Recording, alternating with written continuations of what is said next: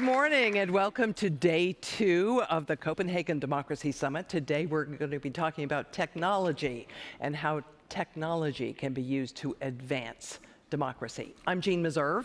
I'm Jamil Andolini. We were really tempted to bring back Bobby Wine this morning, just to really start things on an upbeat note. I did want to explain what happened last night.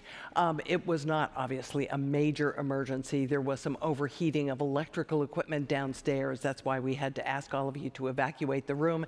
Everything turned out just fine. And we were able to hear Bobby Wine. He's now online if you missed that performance.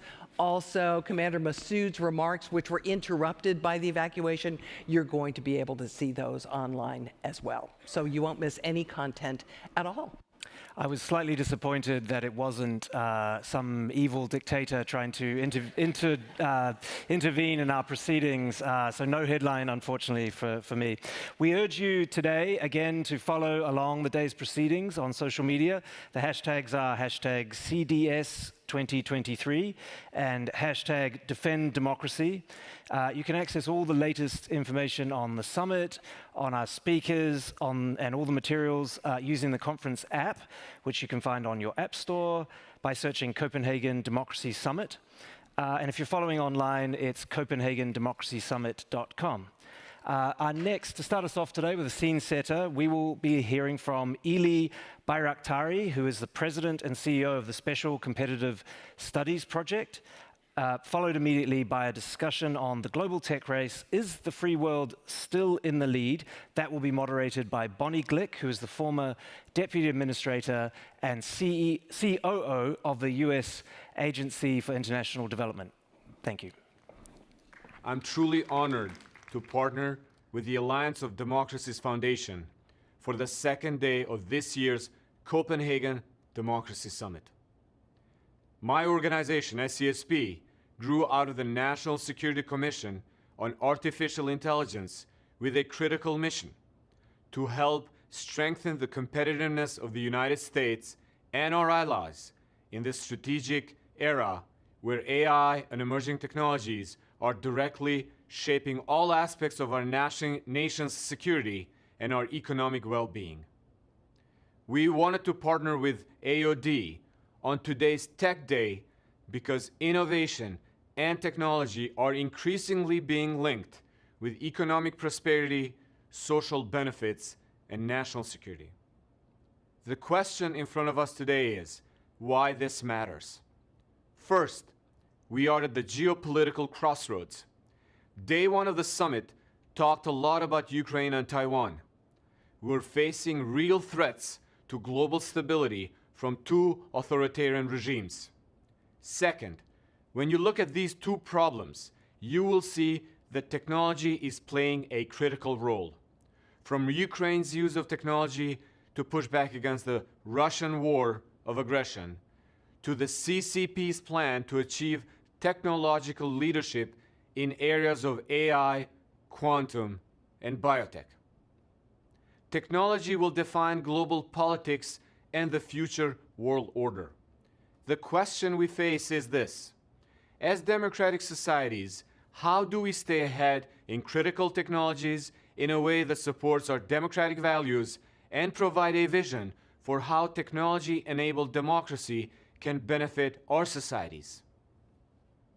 At the most basic level, we need to organize better to compete. I see a 3-part agenda for a transatlantic technology strategy. Number 1, we must come together to agree on a shared vision. A goal without a plan is just a wish. We cannot hope for future generations to enjoy the benefits of democracy. We must plan for it. Our vision must place democratic values at the core of the innovations shaping our lives. We must ensure that technology serves as a force for good rather than just a tool for oppression or inequality. Just like the United States and Europe have come together in Ukraine and are delivering a level of support we have never thought it was possible, we must display the same jointness and ability to cooperate when it comes to shaping a tech-enabled democratic future in the face of authoritarian threats. Number two, we must agree on a list of technologies where our leadership is most needed. I believe that we have to focus our efforts and prioritize gaining and maintaining leadership in 6 technology sectors. Number 1, the next frontiers of artificial intelligence. Number 2, microelectronics or chips. Number 3, next generation connectivity, which includes 5G, 6G, and beyond. Number 4, biotechnology. Number 5, energy storage and generation. And number 6, smart manufacturing. These fields will play a crucial role in shaping the economy, healthcare, energy production, and environmental sustainability, among other sectors. To achieve this, democracies will need to start investing in their capabilities at home and work collaboratively through international cooperation and the establishing of the strong public-private partnership to ensure we do not cede leadership to autocrats.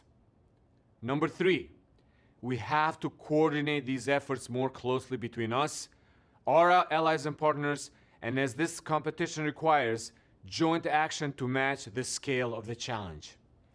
As my team has argued, we need a DemTech alliance framework for democracies to organize in this competition and make sure our values and technologies shape the future. By showcasing the tangible benefits of democratic governance, we can demonstrate that our model not only upholds the rights and freedoms of our citizens, but it also leads to improvements in their life. The strategic landscape has changed, and the conversation about competition and cooperation around technology has to change too. Now let me leave you with this. The best partnerships are mutually beneficial. The strongest partnerships are rooted in shared values, and the most important partnerships are those with a higher purpose. I hope all of you can take part today and help us think through the opportunities and challenges we need to consider about the future of democracy and technology. SCSP will also convene our Global Emerging Technology Summit in Washington, D.C. on September 21st of this year, where we will continue these discussions from the Copenhagen Democracy Summit. I hope to see you all in Washington in September. Thank you and enjoy the day.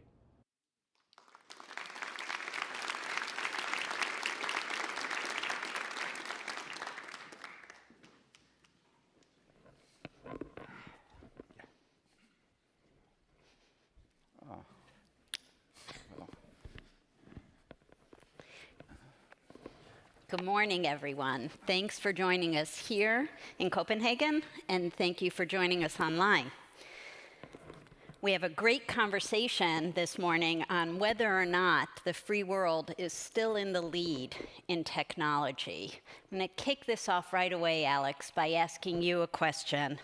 This year, an odd year in both Ukraine as well as in the world of global technology and the rapid development of artificial intelligence.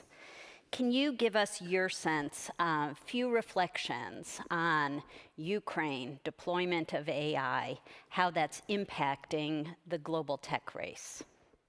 Well, happy to be here. I always like being in Copenhagen. It's a great place. We have been in Copenhagen and in this country for a long time. It's some of our stuff is well known, some of it's less well known. It's a high integrity place. But in any case, so there's been a lot of discussions around large language models, which is kind of seeping into the broader discussion as AI, but less discussion around what arguably was the most important event in AI ever, which was that the Ukrainians use technology, broadly speaking, to identify targets using algorithms that are trained over a very large country And obviously, the determinant variable in Ukraine was and is their heroism and their technical acuity. But one of the big issues in software, so we've been at this for 20 years, was, when we started, people thought software was largely a fraud. Then we changed the course of especially European history by making it possible to stop terrorism in accordance with democratic norms. But still, really, until I think recently, no one saw really important events shifting. And then you have the large language models. Now, so if you just collapse them, because I don't want to take up, there's probably a lot to say here, but the combination of AI on the battlefield and the commercial use of large language models are both very valuable, but they kind of hallucinate sometimes. They don't do math well. There's no memory function, and they can't tell you how they got to their conclusion. But they, wielded correctly, can change businesses and will change the battlefield. These things are largely produced in America. So that's just like a weird fact. We have a lot of crazy stuff going on in America. You may not be aware of it, but it's true. And at the same time, or maybe because of it, and Americans don't appreciate this, you have this country which is producing just where the tech landscape has shifted dramatically in the last year. And it shifted because of software developments. And then so, America's primary adversary, which is mainland China, and Russia are there's a tendency to underestimate our adversary. I constantly yelling at people at home that's really not smart. But it is just currently, and this is then how do you work with this with Western allies that also have a tech scene? But yeah, America's ability to produce AI, both categories, and its use is just, and then what's going to happen in the commercial side, which is less relevant for all of us here, is America's economy. There's a lot of fraud still in the AI market, and a lot of the things, and also a lot of unhappy people because they have nothing to sell. But the people who can produce and make these algorithms, whether they're large language models or algorithms work, are just going to do very well. And you're going to see the U.S. economy adapt to this and adopt this very, very quickly. So there's a big structural shift that's happening that will affect the world politically because the economic disjunction here. The short version is these large language models make people who are winning much stronger, and people who, and there's a whole economic element, which is why maybe in Denmark, I'm sure in Denmark I'd be voting for you, but in America I'm still on the left, which is probably in America you're far left.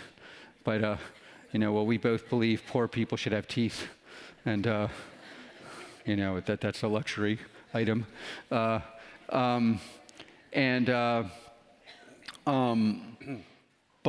it really will exacerbate people with strong ability to adopt tech, and strong enterprises are just going to lurch forward. Enterprises, governments, and those that are resistant, parochial, only want to buy these things from their buddy, their friend, their own country, are really going to suffer. Thank you. Anders, you've spoken about the need for a technological alliance of democracies. I encourage everyone to listen to the podcast you joined Jean Meserve on called NatSec Tech. It's really very good. And in it, you talk about this alliance of democracy, technological alliance of democracies. I'm wondering if you can preview the podcast. Tell us a little bit now about your thoughts on a technological alliance of democracies. Yeah, thank you very much. First of all, I'd like to thank Mr. Kapp for his courage when it comes to combining technology and the defense and also the promotion of freedom and democracy, including your recent travel to Kiev as one of the first CEOs to do so. I really commend you for that. As you know, I rarely agree with President Putin, but actually I found one statement to which I fully agree. Putin once said, whoever becomes the leader in the artificial intelligence sphere will become the leader of the world. I fully agree. So it's crucial to discuss who is actually leading the world when it comes to artificial intelligence and other emerging technologies. The brief answer, I still think the West or democracies are in the lead, but we are severely challenged, and it's of utmost importance that we are winning the technological race. For instance, artificial intelligence can be used to make our daily life much easier, much more comfortable. We all know that.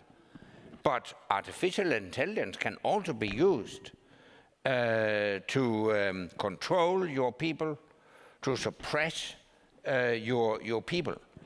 So we have to make sure that the world's democracies are setting the global norms and standards for the use not only of artificial intelligence, but all new and emerging technologies. So it's about winning the tech race. To that end, we need to build a technological alliance of democracies, a body of like-minded allies and partners to develop and implement a coordinated strategy. It could be the US, the EU, NATO, G7, OECD, the Asian Security Cooperation, the Quad, just to mention some of the frameworks that count members that are like-minded and who could join forces to set the international norms and standards for the use of new technologies. The purpose should be to promote the values of free and open societies, and in more concrete terms, to promote the design, the development, and the use of emerging technologies according to democratic norms and values. It could be to coordinate policies and investments to counter the malign use of these technologies by authoritarian regimes, and even more specifically, it could be to provide competitive alternatives to counter the adoption of digital infrastructure made in China. So that should be the organizational framework and the purpose of a technological alliance of democracies. It sounds like from both of you, we're seeing a cleavage between the free world and authoritarian regimes when it comes to existing as well as emerging technologies. The one country we want to make sure that we include on the free world side as well is Taiwan, as we've all seen how vital Taiwanese technology has been in helping us through the COVID pandemic. But can democracies and the free world compete with authoritarian regimes who may not have the same legal or ethical constraints? Yeah, I have a slightly variant view of that. I don't think the issue is, for example, large language models, we have a huge advantage because I don't know how you build a large language model with the 50,000 constraints you're going to have in Iran, China, and Russia. And in any case, the innovation's all being done on the west coast of the U.S. Where and I really believe in this kind of frameworks, where the issue I would say we have in the West is, can we stop buying software that doesn't work? Like we have these huge budgets. We spend, like, every country in the world has a thing to buy software from their own country. Great. 1% of your budget, 5% of your budget has to go to software that actually has been proven. And while I'm much less worried about China or Russia's ability to outcompete us, I'm much more worried about our ability to buy fraud and things that don't work. And then we're just pretending they work instead of implementing things where we have an advantage. And on the large language models, we have a problem in the West because, and in AI in general, there are only 2 or 3 companies in the world that actually have products that work in this area. What do the rest of the companies do? They lie, we have to have a discussion, can't do it, can't work with it, the issues are too complicated. And like, you sit there and have technical discussions with them about, well, actually you can do it, this is how you segment the data, these are the norms. By the way, I think Denmark should be in charge of this because I'm always skeptical of the completely objective. I like a country that has a high rule of law but has picked a side. So I think Denmark should be in charge of this. It shouldn't be America, it shouldn't be other countries. But the primary issue for us is not whether China, and we're not even using these technologies for the same place. You know, in America, I have a PG version of this. It's like if you want a cheesesteak on Tuesday and you've told your partner you only have a cheesesteak on Wednesday, so that we don't have to talk about the obvious thing that you have a private life that includes things you may not want your kids and your family and everyone knowing. But we're not using these for surveillance. Our problem in the West is for example, software is not theoretical. It has to, in the military context, we have to start buying software that's been proven on the battlefield. A significant portion of our budget has to go to that. And we have to be very honest that everything else may not work. And that doesn't mean people shouldn't have other things. And so one of the things I like about Denmark being involved in this is, if you're going to have norms, those norms actually have to be applied. And that's our central issue. The innovation thing of, like, can we outcompete China or Russia? Ask the Chinese and Russians. It's like we're not outcompeting China and Russia on AI. We are the only market right now on large language models. And that's going to stay that way for a long time. And on AI on the battlefield, not turned towards surveillance, you can see the results already. But we do have a problem internally in our countries that we have an ecosystem that is not 100% focused on our advantages. It's focused on technologies of the past. And we're not going to win on those technologies. Like, I'm not against hardware, but the idea that we're any better on hardware than Russia and China is not true. We are better at one thing, institutional enterprise software, especially AI. And we're the best at that. And in business, what you learn is, or what I'm constantly preaching in my crazy company is, I don't want to compete with somebody who on their battlefield.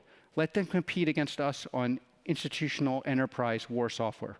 And that's what we need to do as united countries. And that's going to require a huge shift in every country because, quite frankly, people like norms and like enforcing the norms until they find out that their local provider can't live up to those norms. And then the norms aren't applied. And those norms are crucial to our civil liberties. They're crucial to the warfighter. They're crucial to proving the software works. And that's what we really need to get done very, very quickly, because then we can stop having these irrational discussions about people countries that are just not good at this. I mean, like, you know, Russia spends about $65 billion a year on military every year. And I mean, everyone in Europe knows how good they are at fighting. But like, this is a warrior culture. And look what happens. And this is why, like, we need to reorient very quickly to, we are going to, when I've said this in America, it's like, let's have a 10% of our budget scare our enemy budget. That should be our budget. 10% goes to things that scare the living. I'm told not to curse anymore, but yeah. Actually, I share your optimism. I think free and open societies, market economy, capitalism, if you would put it that way, produce much more innovative skills, entrepreneurship, new ideas.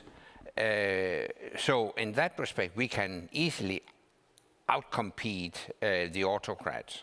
However, we should be aware of the fact that, for instance, artificial intelligence can be used by autocrats to control their people, to monitor what is going on, to manipulate. Not just autocrats. It can be used by all of us. That's right. That's right. But I think in a democracy you have checks and balances to counter it. You have a critical media, etc., etc. For Putin and Xi Jinping, it's much easier to use artificial intelligence in a bad way. So I do not believe in the theory that we could make a pause or we should stop the development of artificial intelligence, ChatGPT, I don't know what. That will only be to the advantage of the bad guys, because they will continue irrespective of what we are doing. Well, my personal view is if they would act in a more rational way, I'd be totally in favor of a pause. I do think these technologies are very dangerous. And while I think the risks of abuse in the Western countries are much lower, and that's why I'm very pro-West and built a company that's central mission is to be pro-West, and endured protests in Silicon Valley and barbed wire and being yelled at by purveyors of carcinogens called the consumer internet every day for like 20 years. But these are very dangerous technologies. And if our adversaries were more rational and less violent, I would be in favor of a pause, but they're not. No. Right. And I think that that's where we get to this question about, and this is actually a question from the audience came in, how do we, as democratic free countries, balance, as you're talking about, the intelligence gathering with privacy and privacy concerns that we take for granted in the free world? How do we balance that in the new technological era with AI and other developments?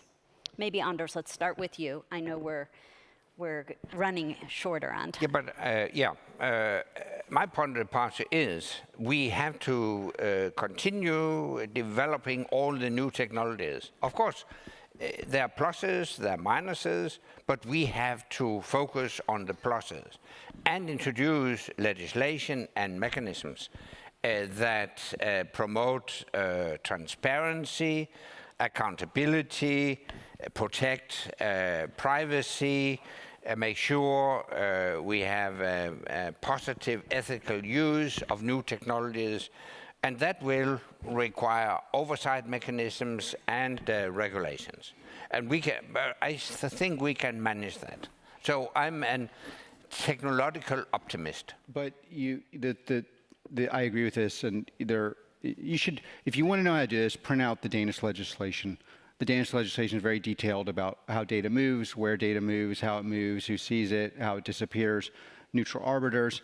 But the most important thing about the Danish legislation is it's arbitrated by Danes, because the problem is you need this legislation and you need someone who's believable, neutral, and pro-West to arbitrate. So it's like you can't go for the completely Swiss neutral model because you need a NATO ally that's not completely in America. It's not in America. It's not in it, but it's clearly anchored, because you can have all the standards in the world, and transparent. The basic core thing is a transparency. Standards have to be transparent so everyone in the audience could evaluate them. And this is a huge issue for large language models. I guess we're running out of time, but the large language models, in a large language model, you don't have a custodial relationship to the data, so you can't prove how the decision was made. And this is a constitutional problem for the West, because the way European, American legislation works is you have to see how the data was put together and be able to call the data into question. So you have a presumption of innocence. But the arbiter of this has to be a neutral party that people believe is neutral, because even though you have all these standards, the average citizen's going to be like, well, Karp says it's transparent. Okay, well, he's made all this money. No one's going to, it happens, I'm telling the truth, but telling the truth and people believe you're telling the truth are two different things. I like the concept of a neutral arbiter who has taken sides, right? I mean, this is where the free world and democracies come into play. And what we're talking about is the use of advanced technology in the free world. Are we still in the lead? And to close it out, maybe sort of a yes, no. I think over the course of the last day, we're hearing an awful lot of yes, but, and with the idea that China is nipping at the heels of the free world, either through the stealing of intellectual property or copying. Alex, where are you on? Are we? You know, it's funny. I'm, I think, the highest ranked Tai Chi practitioner in the business world. So I appreciate Chinese culture. Tai Chi is an internal martial art, which means you focus on your internal instead of external threats. Almost everyone in this debate is yes, but they're catching up. And my version is, yes, we're in the lead, and if we want to stay in the lead, we'll focus on all of our own problems and fix them. Instead, we're way overly, look, the AI that's being delivered on the battlefield now was not delivered in reaction. You build these things, you build these things, you build these things. The primary threat to us in the West is us not focusing on the resources we have that are unique, and end large debates about people who are misaligned because they have nothing to sell, or because it's vaporware they're selling, or because they don't understand the technology, or people I'm sympathetic with who they don't believe, like a lot of my family believes that, you know, if you just disarm, the adversary will disarm too and play fair. 30% of, I would say, the West believes that. Okay, well, that's just clearly wrong. And, you know, that's a religious view. I'm pro-religion. That's your religion, but it's just a religion. And so our problem in the West is it's not technological, it's organizational. And like, I would say to those people who see this differently, we should just be honest that some part of our society believes that pacifism works in the absence of arms, and just treat it as the religion it is. And that's fine, but dialogue's not going to work. Then we should also be honest about the fact that there's just, you know, in the last 5 years, all the relevant technology for the battlefield has been produced in America. And what does that mean? There's some things that are not particularly, everyone in NATO is happy about that. So how are we going to have standards? How are we going to have handoffs? How can we have people have local sovereignty so their technology's there so they understand where the data's going? Like, there's no one in Europe that's going to sign up for data flows going back to America. So these are real issues. Those are our issues, not China and Russia on this, per se. Very interesting. Anders, yes, no? Very short, I would say yes, but we are challenged. And while I agree we should take care of our own problems and challenges, we shouldn't underestimate Putin and Xi Jinping. Thank you very much. Thank you, Alex. Thank you, Anders, for this great conversation. It's my pleasure to welcome the next debate on TikTok with Melissa Matani.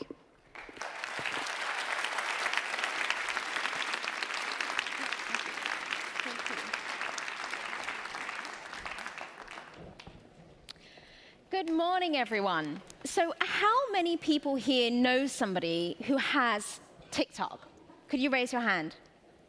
Okay, a lot of you. I'm not going to ask if you have your own TikTok account because I don't know if I would get an honest answer. But the question of this hour, should TikTok be banned? So for those of you that are unfamiliar, TikTok is a hugely popular social media app.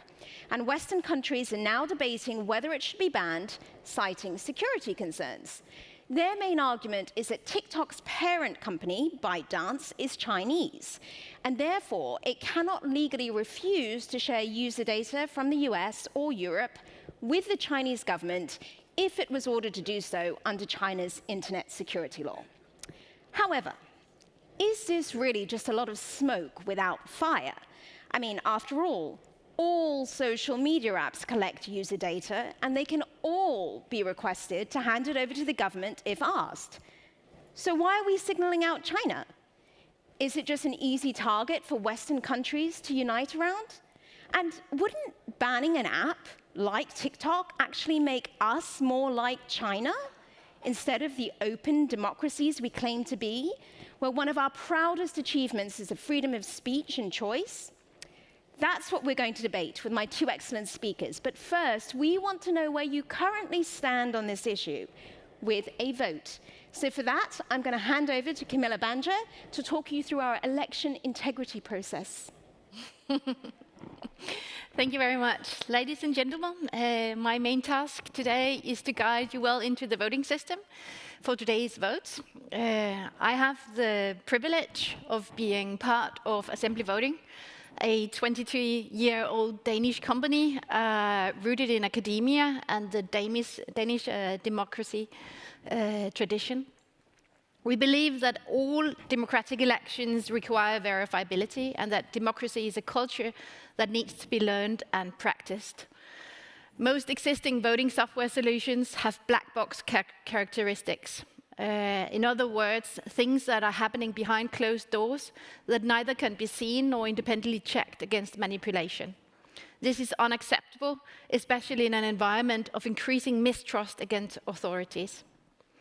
Verifiability should be mathematically proven and independently auditable by design.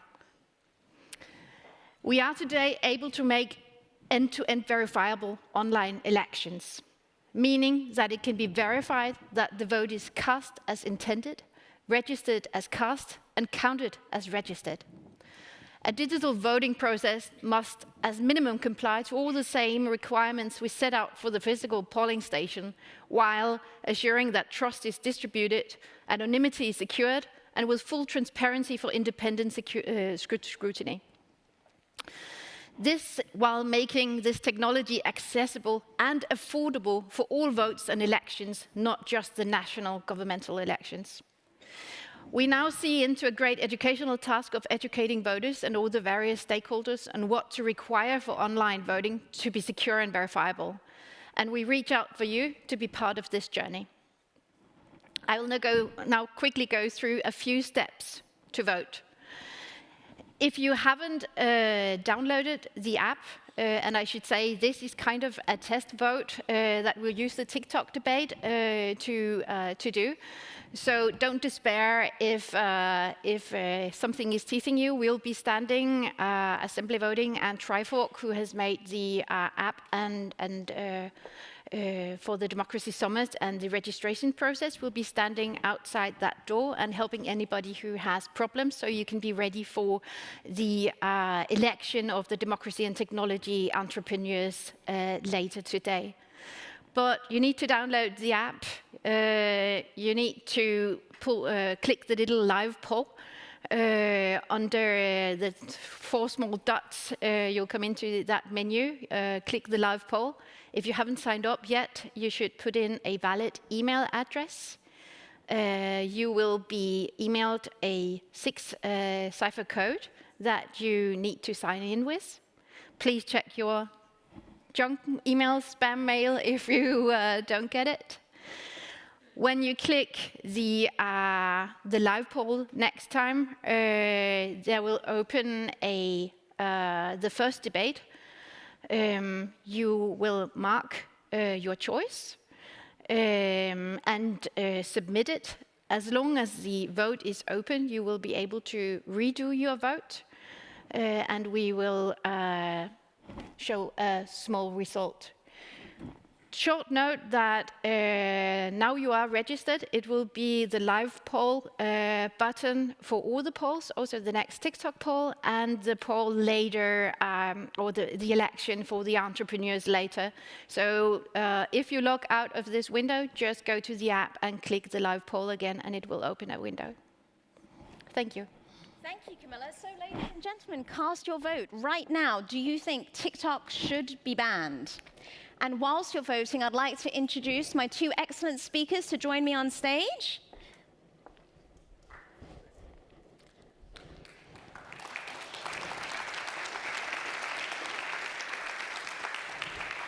So to argue for the ban, we have Nathan Law on my right, who is a former member of parliament from Hong Kong, who now lives in exile in London. And arguing against the TikTok ban is Jamil Jaffer, who is the executive director of the Knight First Amendment Institute at Columbia University. So we're still seeing that your voting is in progress. So we're going to start this debate, and would like you to also vote at the end to see if my two fabulous speakers have managed to inform you, expand your minds, change your minds. So to kick us off, I'm going to give you both just a couple of minutes to outline your main arguments for why it should be banned, why it shouldn't be banned, and then we're going to get into a debate. So Jamil, if I could start with you, why do you think TikTok should not be banned? Well, first, good morning, everybody. Authoritarian and other rights-abusing regimes all over the world are using national security as a pretext for restricting their citizens' right to access foreign media, including social media. This is a hallmark of authoritarian regimes. It's no accident that the governments most associated with this practice include the governments of Iran, Saudi Arabia, and China.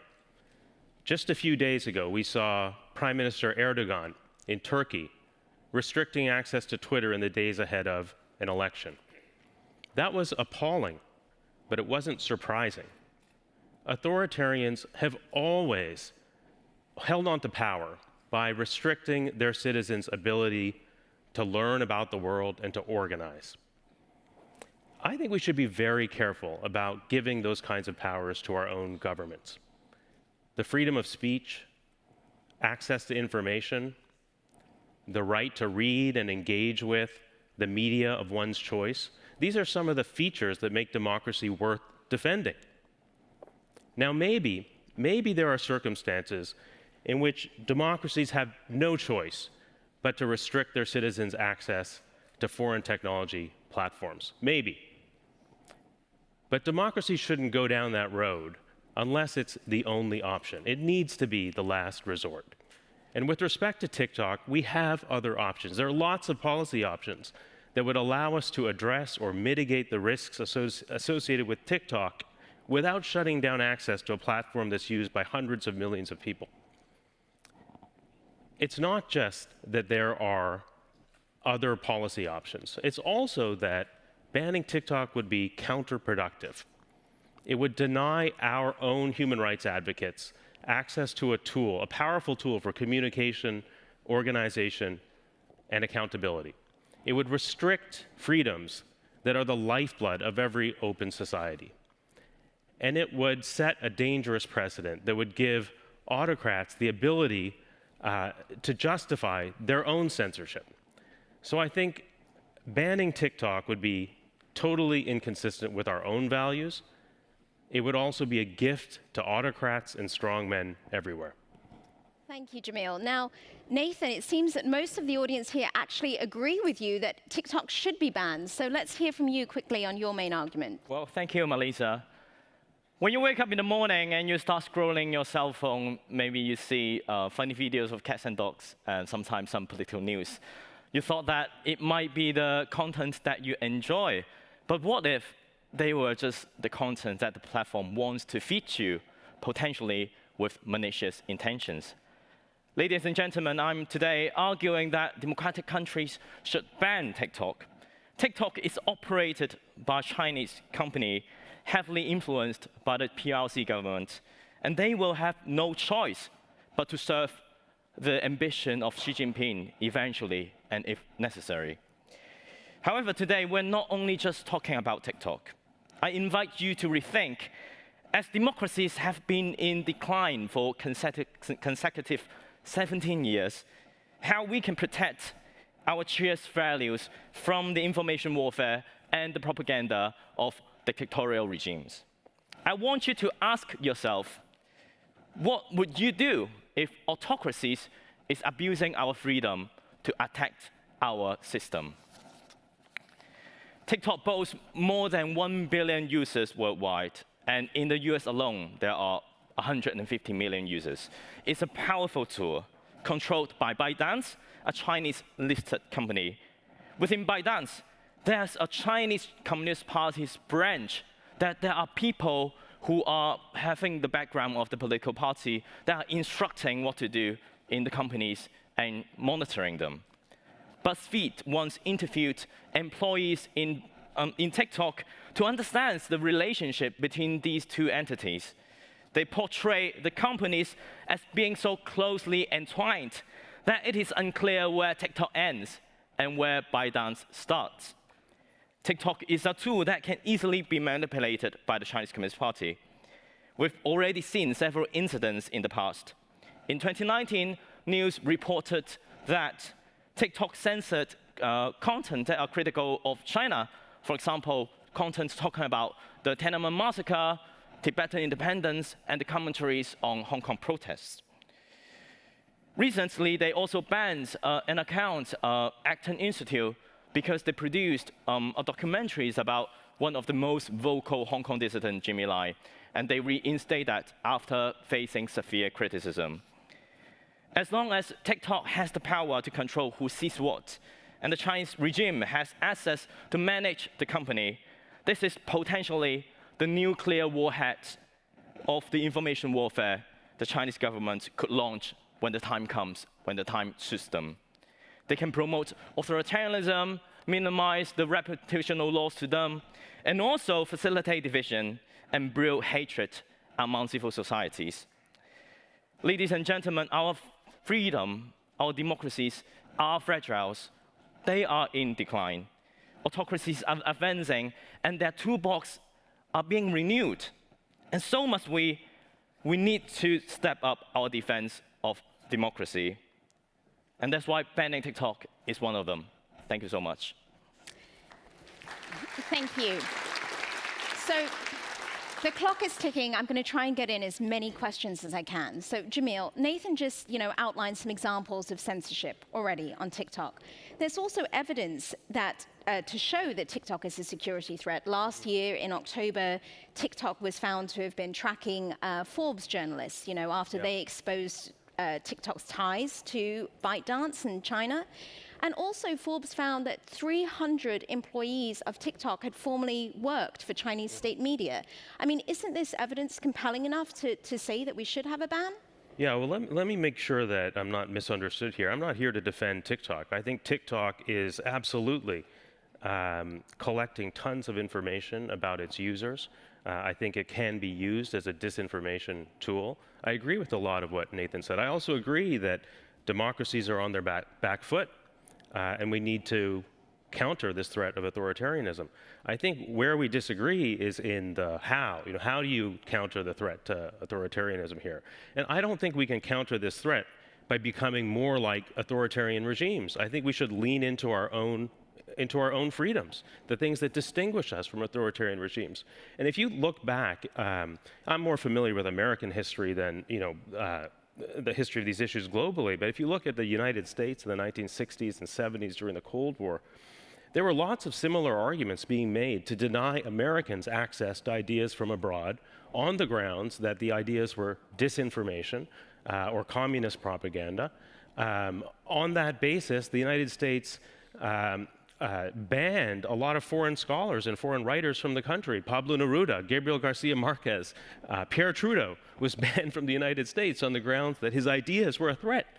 And I see, I don't want to draw an equation here, but I do see a little bit of those ideas in the proposal to ban TikTok today. Again, the question is not whether TikTok presents a threat. I absolutely agree, it does. The question is how do we address it?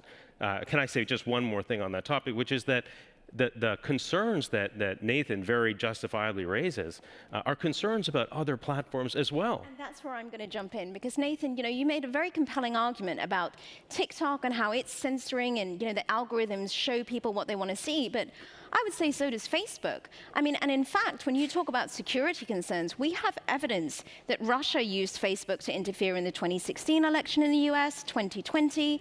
We've seen that Cambridge Analytica misused UK user data in the Brexit vote. We've just had US secrets released on Discord, which is a gaming platform. I mean, Uber tracks us. Isn't this just par for the course of using technology? Well, definitely, we should step up our monitoring to these social media. I do believe that they are not just private platforms. They're being used by billions of people, and there should be more, at least participation from the public on how the algorithm works and how all those community rules are being made. But my point is not only about social media. My point is about a social media that is easily being manipulated by a malicious regime that aims at destroying our democracy. If you look at how China has been behaving, they've been really aggressive. Before the first Summer for Democracy, they even have a white paper saying that they are the democracy that works. Like, no one elected Xi Jinping, and they says that they are the democracy that works, and US sucks, and that is their basic stance. And if such a regime is able to manipulate an app that is being used by a billion people, that would be really dangerous. And I don't think that if we ban TikTok, that will be equivalent to marching for authoritarianism, because I lived in Hong Kong, I lived in China, I know that how authoritarian censorship works. There are just things that you cannot say. And there is a joke about Chinese netizens, and they always said that you have freedom of speech, but only once, because when you use it, you're gone. And that is how authoritarian censorship works. If we ban TikTok, we can still use other platforms. Hang on, that's a really good point, because you talk about Hong Kong. I mean, activists have always used whatever technology is available. And in Hong Kong, we saw activists using Facebook, using other social media apps to get the word out.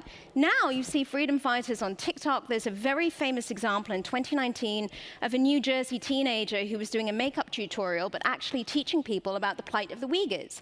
So isn't it kind of hypocritical for you, a freedom fighter, to call for a ban on social media that other freedom fighters are using? Well, Vanessa, you just mentioned a really good example, because that is the example that can demonstrate how dangerous it is. They can actually suppress the traffic under the name of algorithm, and they just say that no one sees your video because it is not popular, but they can actually re-engineer it, and they can suppress the views of the other people because it is critical of China. The video you mentioned exactly, that there were research showing that, well, not that many people could see that, even though it is popular. So that is what the potential danger lies ahead. It is really difficult for us to discern, or because TikTok is so, there are not much information about how it works and who works for that. And China has been really concealing that from all of us, that they can easily use the disguise of algorithm to really hide their censorship. So some people would say that Facebook does the same thing with its algorithm, and Twitter is a whole different topic that we could have a whole other debate about. But at the moment, TikTok, through Project Texas, has agreed to host their servers on American soil. There's a similar project in Europe. It's called Project Clover. And the idea is that if their servers are hosted on the country's soil, that country has jurisdiction over the user data, and China couldn't get its hands on it. So a question for both of you, but Jamil, I'll start with you. Do you think this addresses the security concerns? No, I don't think it's enough. I think that what we really need are privacy rules, new privacy rules that restrict what social media platforms and other platforms can collect. We need transparency mandates that make it easier for us to understand what's going on these platforms, how disinformation is being spread.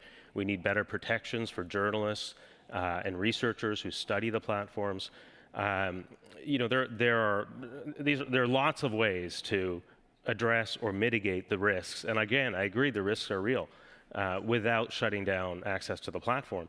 I also think it's important to recognize that the Chinese government doesn't need TikTok in order to run disinformation campaigns, right?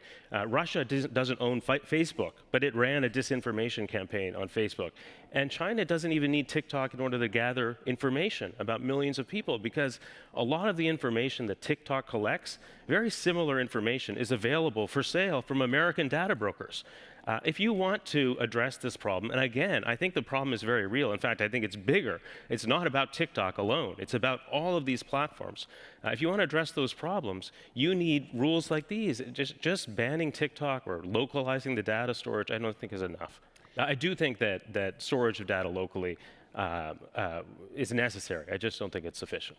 And what about if, there's one of the solutions that has been floated around is that TikTok should make it apparent to its users that they could be tracked by the Chinese Communist Party. Do you think that they should do that? Well, I think the privacy concern is not my most appealing argument. It is a concern, but my argument is that Jamil really puts it beautifully. If Russia could do it with Facebook, an app that they have no control over, and you could see all these misinformation and information warfare campaigns are so clandestine, are so hidden.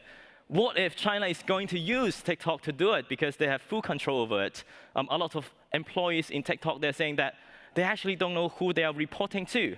They have received orders saying that they are from Beijing, and they have a lot of previous experience engaging with their managers, and they don't know who gave the orders, and that's the danger of it. And in ByteDance, there are lots of employees in mainland China that are working as coders, programmers for TikTok, who we have no idea and no transparency over how they make all those things happen. And that is the danger of it. Okay, so hypothetically, if the US were to implement a ban, what would that look like in your opinion? What would it look like? I don't know what it would look like. I can say that the government would have a hard time justifying it in court. The Supreme Court in the US recognized just a few years ago that Americans have a right of access to social media. That's not surprising because the First Amendment has been understood to protect not just the right to speak, but also the right to receive information. That's true of the ICCPR as well. Article 17 protects both the right to speak and the right to hear. When the Trump administration tried to ban TikTok a couple of years ago, 2 different courts in the US struck the bans down. Congress could make it easier for the government to ban TikTok, but Congress can't override the First Amendment. So I think that President Biden would have a hard time justifying it. But I don't think we should get there. I mean, I think that the dangers of this policy are clear, and I think Nathan makes a good point when he says it's not just about TikTok. It isn't just about TikTok. This is a precedent that will be used against other platforms as well.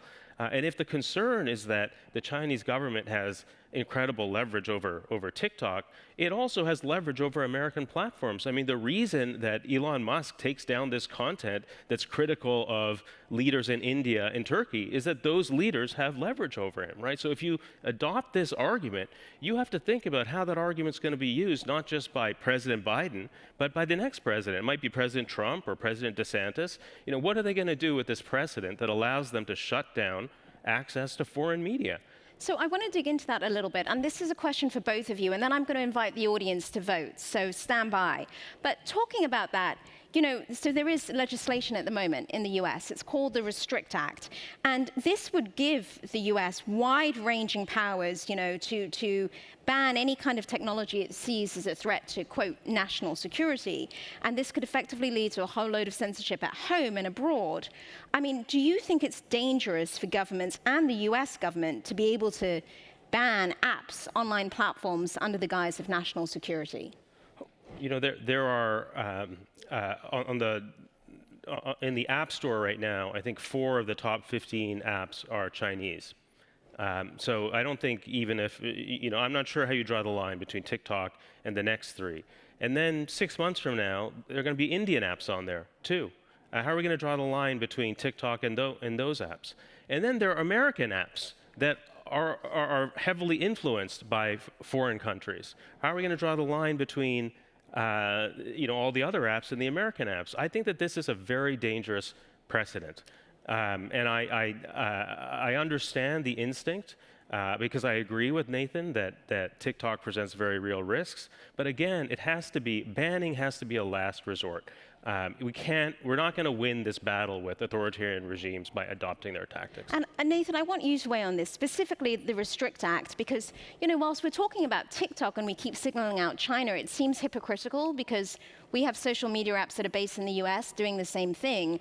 So what do you think about the sweeping powers that would give the US government this act, if that's one of the solutions being tabled to ban TikTok? Well, I think first of all, this should not be a US-centric discussion because we are all facing the same threats. Like democracies are facing information warfare from these regimes, and we should think about it in the US, in EU, and other democratic allies. And for me, as I said, I think the approach is so different from being authoritarian. It is actually democracy stepping up. I agree with Jamal that this is not something that is old, like that we have precedents. It is a new thing, but it is a new thing because the world has been evolving. We've all seen how dangerous social media could be if there are no monitoring. And I also agree that we have to have a lot more restrictions on privacy collection and all those things in other social media. But my point is, yes, this app, TikTok, it is really going to influence a lot of, especially of our younger generations, in the disguise of a free platform. It is actually like they are going to have a lot of censorship under the name of a business interest or under the shadow of you are just not popular. And I think that would create a lot of troubles in our society, which are like all the other apps, they are big techs, but they're not with a regime that are so hostile to our system. But then let me ask you, so, you know, one of the best things about democracy is the fact that we have the freedom of speech, the freedom of choice, that we trust our citizens to be well informed and then be able to make their own decisions, you know, based on the information they have. Given the fact that all this information is out there, don't you think us advocating for a ban is making us more like China and the autocracies? I really do not think that is a free speech issue. It is actually an issue addressing free speech.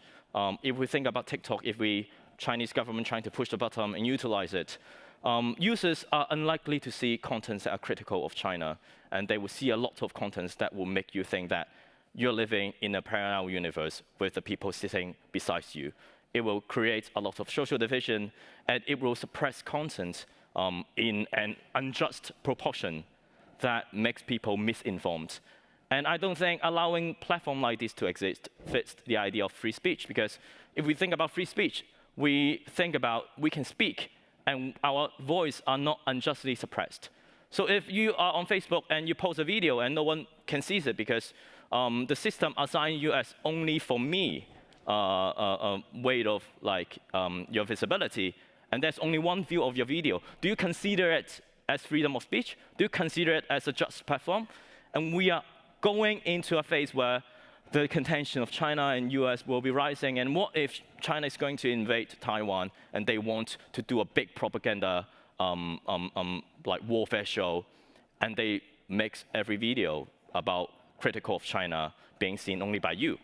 And this is likely to happen if we're being too complacent and we don't act now.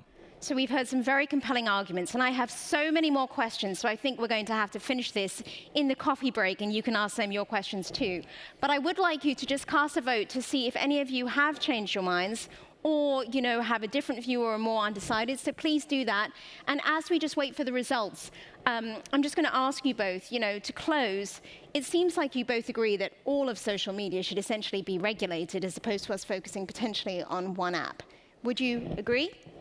Yes, absolutely. Yeah, I think like the format makes Jamil and I, they're quite different, but actually we kind of agree on 90% of the whole spectrum of things. So in terms of all of social media and opposed to TikTok, just being singled out. Yeah, So I mean, I think a lot of these policy options would address bigger issues. So we have seen, we started with 38 people who were for the ban, and now we have 60 people who are against the ban. So we have been able to move the needle here. And I would like to thank both of my speakers and invite you all to ask some more questions in the coffee break, which I believe is going to begin now. Thanks, Jacob.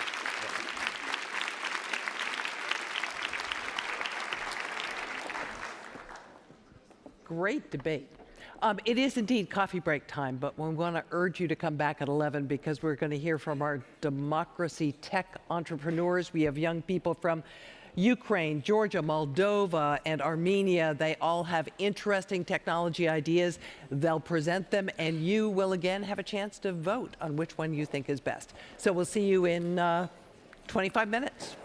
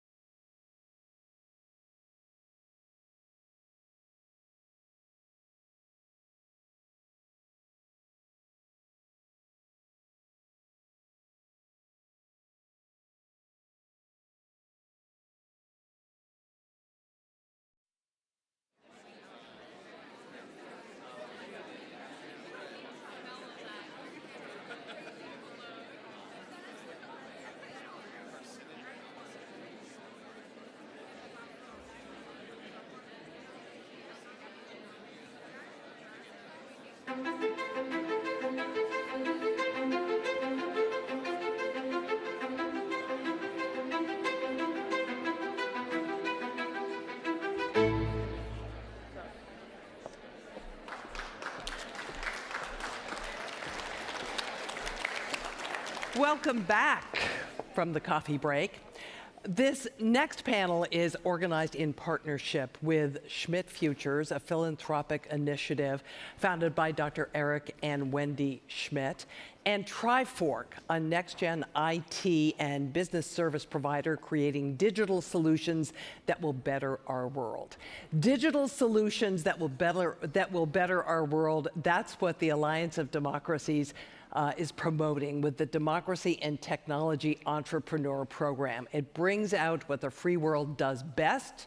We're talking about innovation, entrepreneurship, and bottom-up ideas.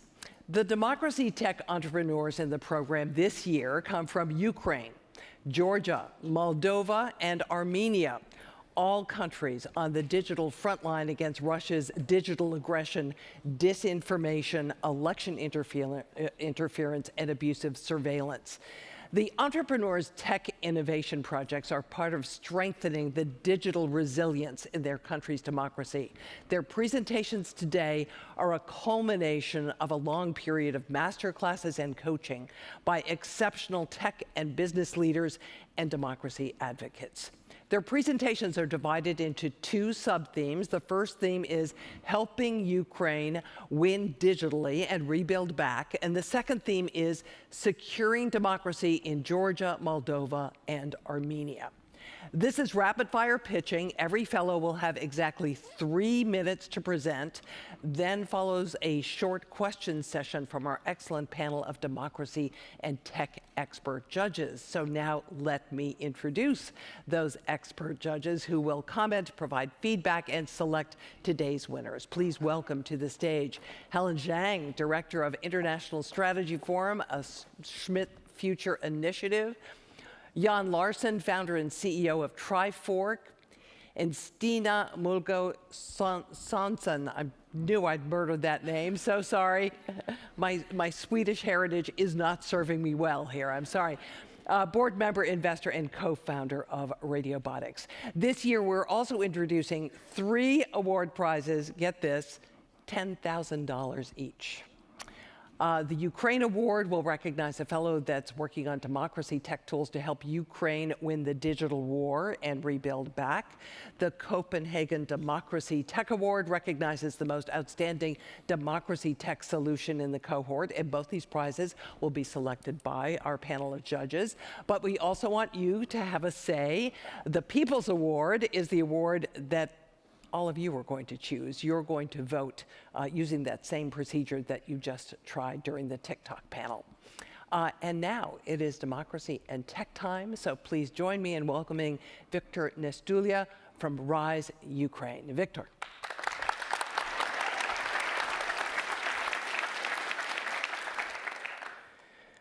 What if one of the most organized nations in the world plans to build an airport? Do we know if it's going to be finished on time? Construction. It doesn't always go as planned. My name is Viktor Nestulia, and my country, Ukraine, fights a barbaric full-scale invasion of Russians who are trying to destroy our dream of a democratic nation. Russian genocidal war destroys human lives and levels cities like Mariupol to the ground. We will need to rebuild thousands of airports, thousands of houses, schools, theaters, museums, shopping centers, most importantly, human lives. A little bit harder to plan and implement than a single airport, right? But with your support, Ukraine plans to build back better, to deliver projects where they are actually needed, so they are sustainable on time and budget. Let me show you how. Our platform, DREAM, covers more than 5,000 reconstruction projects from 200 municipalities, and more are added every day. Imagine you are ahead of the occupied village, and you need to rebuild a hospital.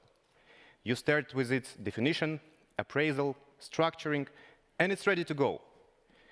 Let's say Denmark wants to support achievement of Sustainable Development Goal number 3, good health and well-being.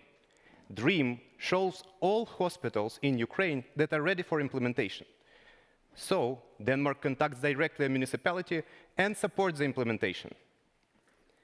With money and expert support, Krasnokutsk conducts an open procurement, signs electronic contract, and starts implementation. It regularly reports on the progress, works completed, materials used, and regular photo updates ensure transparency and compliance with scope and plan. Finally, construction is finished. Krasnokur's citizens have access to health, and Denmark taxpayers are sure that their money was spent appropriately helping sustainable development of Ukraine. DREAM develops a single pipeline of reconstruction projects from communities to funders and helps with implementation throughout the whole reconstruction cycle. With this platform, we'll be able to deliver the reconstruction which is truly accountable, efficient, sustainable, and inclusive. And we'll be able to track every euro, pound, hryvnia, dollar invested into our country. Government of Ukraine committed to scale DREAM for all public infrastructure projects by the end of this year. And it is supported by G7, European Union, IMF, and the World Bank. The whole world will be able to see DREAM next month during the Ukraine Recovery Conference in London. Our nation really appreciates all your help in winning the war. But next, we'll have to win the peace. So join our dream of a free, democratic, human-centered Ukraine that builds back better.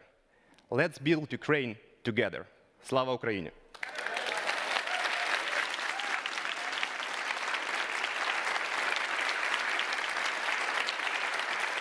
Okay, Victor, Helen has the first crack at a question.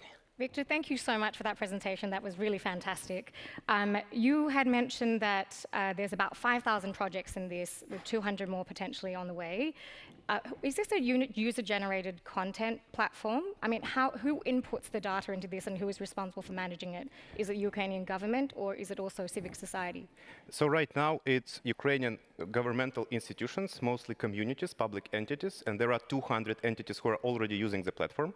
The plan is to scale it for all municipalities across Ukraine, so it will be officially enforced by law. Fantastic. Jan? Yeah, thank you so much for a very nice presentation, very polished, and I can see you have prepared a lot. And also the product is quite complete and it's rolled out. So my question is, what are the new features you want to add on? Is this something you've been thinking about?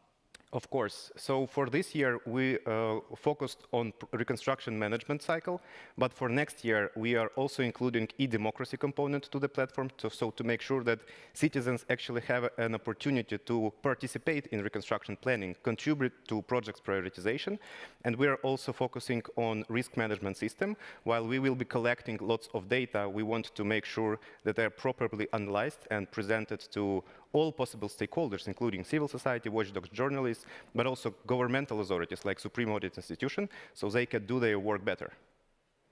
Thank you. Victor, thank you so much. Thank you. Appreciate it.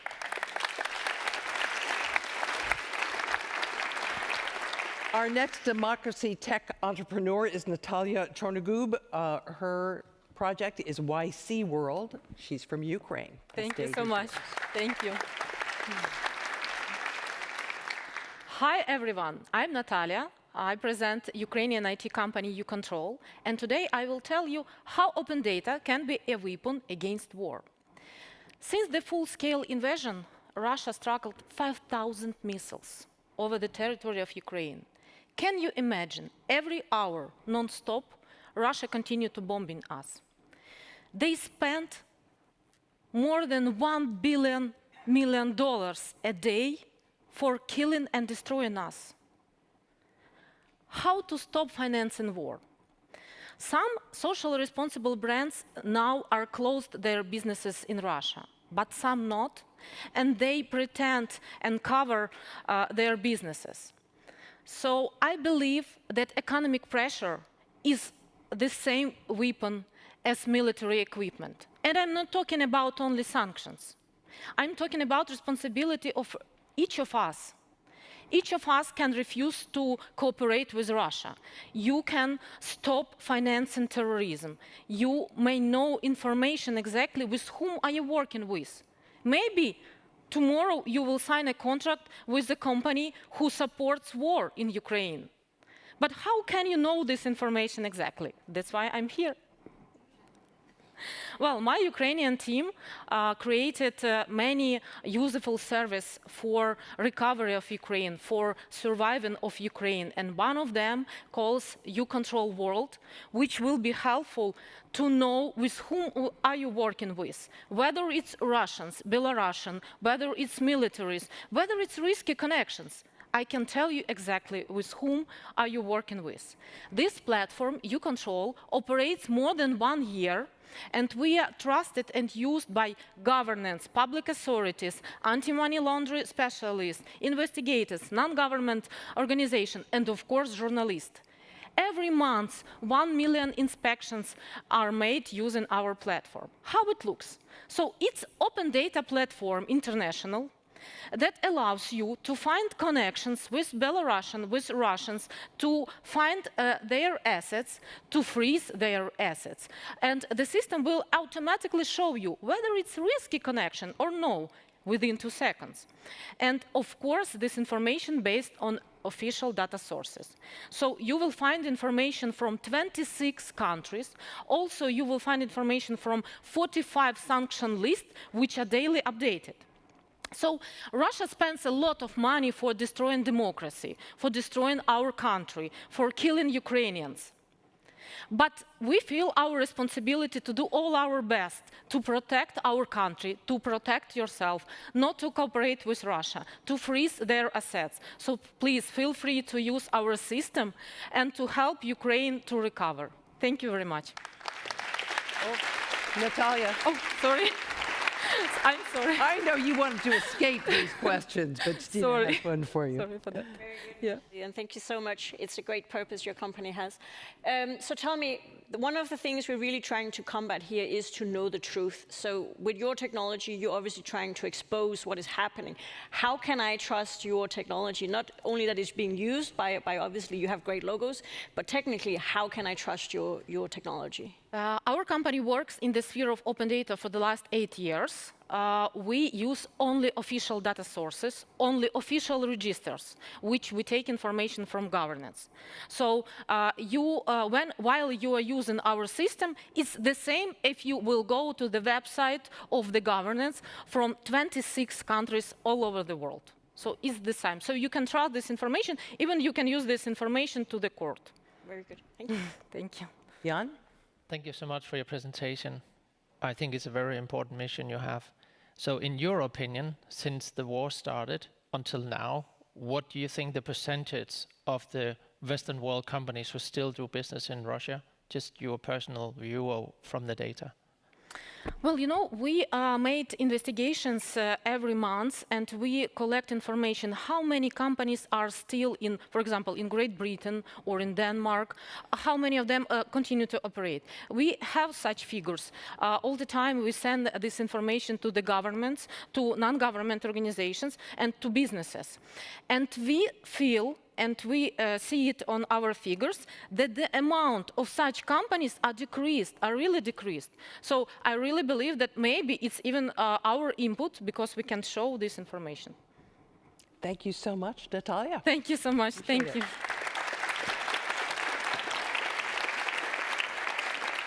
And our third contestant is Georgi Gvinikadze, war fake news detector from Ukraine. From Georgia. Oh, sorry. Okay, thank you. In our digital world, we are flooded with information. This makes it hard for us to distinguish truth from the lies. The challenge grows even bigger during the wars and conflicts, where the false propaganda shapes our waves and politics. The recent Russian-Ukraine conflict shows how the fake news can be turned to a powerful weapon, as it did during the Russian-Georgian war in 2008. That's why we need an efficient and intelligent way to protect ourselves from misinformation. Hi, I'm Georg, co-founder of the startup Through AI. At Through AI, we are on a mission to create an AI-powered war fake news detector designed to fight misinformation like never before. Determining the authenticity of the news can be a difficult and a complex process. This requires carefully navigating a wide range of the sources and perspectives. The slide represents expected steps that the general public covers to understand whether the news is fake or not. However, the process of verification information accuracy is especially significant for media representatives, human rights activists, political analysts, governmental or international organizations. But we have a solution. We introduce AI-powered Telegram chatbot that detects fake news just in 1 second. With one simple step, users can forward any news they come across on the internet to the bot, which uses AI to determine its authenticity. Our product is really user-friendly and intuitive, as forwarding any news and information is a daily action for many users on social media chat apps. It accepts any format of the data, including text, voice, images, and video. And most importantly, we solve the problem of the source subjectivity by additionally creating the database of the users' feedbacks and ratings to validate the news accuracy. First of all, our go-to-market strategy is to promote ourselves at the relevant conference and events, and I think that the Copenhagen Democracy Summit is a great example for this. Additionally, we want to further our online presence through our website and the various social media channels, and that's why we already deployed our AI on Telegram. Also, we plan to collaborate with news organizations, research institutions, and key stakeholders. For our customers, we are providing subscription-based API access to integrate in their environment, and also we are offering the licensing agreement. And cost, all of the service will be $100 monthly or $1,000 yearly per users. This is us. We are two co-founders with academic research and applied experience in data science, and we have a deep understanding how to solve business problems with AI. To begin with, we collect the war-related news from Telegram and trained our first AI model in September 2022.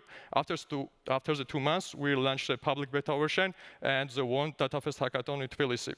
Right now, we are trying just to update our model and collect the various data from various sources.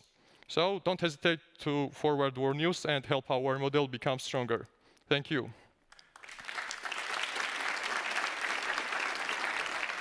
Helen, you get the first question. Thank you, Jean. Giorgio, this is a fantastic app. My question is this sorry, to clarify first, is this a B2B product or is it a B2C product? So right now it's a B2C, and because of this was a hackathon project, so right now we are developing this one, and it will be B2B and B2G as well. Okay, if I can ask, do you have an understanding of what your market or your consumer market looks like in terms of wanting to understand disinformation and have a sort of bulwark against disinformation? Yes, thank you for this question. So when we created the research, so the market size was approximately 1.5 billion sized, and also this number is increasing because we are living into the information era, and the number of the information increased exponentially, and so the demand of this kind of products will increase by the 20% for the next 5 years. Stina. Very good. Thank you for your presentation. So if you could choose one problem you would like to have solved, I can see when you go through the plan, you've been through a lot of development and testing, and you're ready to go to market. So if there's one challenge you need to have solved, which one is that? Sorry, I pitched the point. So can you repeat? If you obviously you have a lot of challenges ahead in terms of launching your product, getting to market, and those things. If there was one thing you could have solved right now, what could that be? What is the biggest problem you have right now? To be honest, so the biggest problem is the source subjectivity problem, and and our advantage and uniqueness is exactly this one, that we solve the source subjectivity, because right now it's really difficult to say which source is the fake and which one is the real one. Yeah, great. Thank you so much. Georgi from Georgia. Thank you so much. Thank you. Okay. And we're now going to move to our second theme. This is Beyond Ukraine, Securing Democracy in Georgia, Moldova, and Armenia. The first person to present in this cohort is Teyona Tomashvili, askgov.ge from Georgia. Correct. Imagine a world without high-end corruption, governmental abuses, and fiscal transparency. That's the world that I'm imagining and aiming to live in. In order to achieve that aim, we need to ask active citizens to nudge government to release more public information for greater transparency and accountability. Well, in Georgia, asking for access of public information is a constitutional right. The problem is, when you ask, there's a high chance that you will not get it. In fact, in 2022, the success rate of accessing public information reached all-time low. As a solution, my team and I created a citizen-centric freedom of information request platform called AskGovG that helps users request information and add received data to the public database. So AskGovG helps users in two directions. First, it saves their time to request information. So by semi-automatizing the letter template, anyone can send any type of request to any kind of public authorities with less than 5 minutes. And second, it reduces the barriers of accessibility of information because each dataset received from the public authorities are automatically published online, meaning that there's this ever-growing public database. So far, we have 700 datasets, and it's already one of the largest online public databases in Georgia. Since launching the tool, we have 4,000 users, more than 2,400 requests, and that's just the beginning. This easy accessibility to get the information from the governmental authorities creates this more need to request and know what government is up to. And let me share an example to prove my point. So recently, a 19-year-old student requested an information from Ministry of Internal Affairs regarding the AI tools that they were using for forensic research. Well, they shared the data, and it turned out that those AI tools were Russian-made by Russian companies who were quite cozy with the Russian government. So she wrote a story about it and shared online.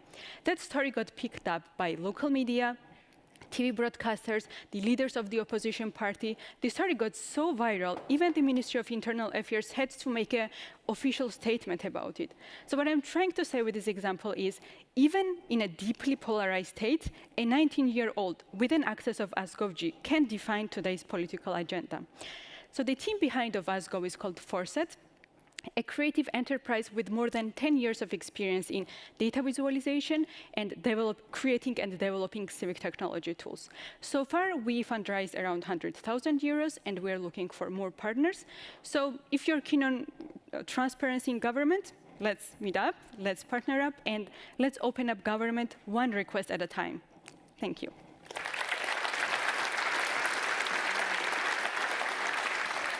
Question time, and Jan is first up. Thank you so much.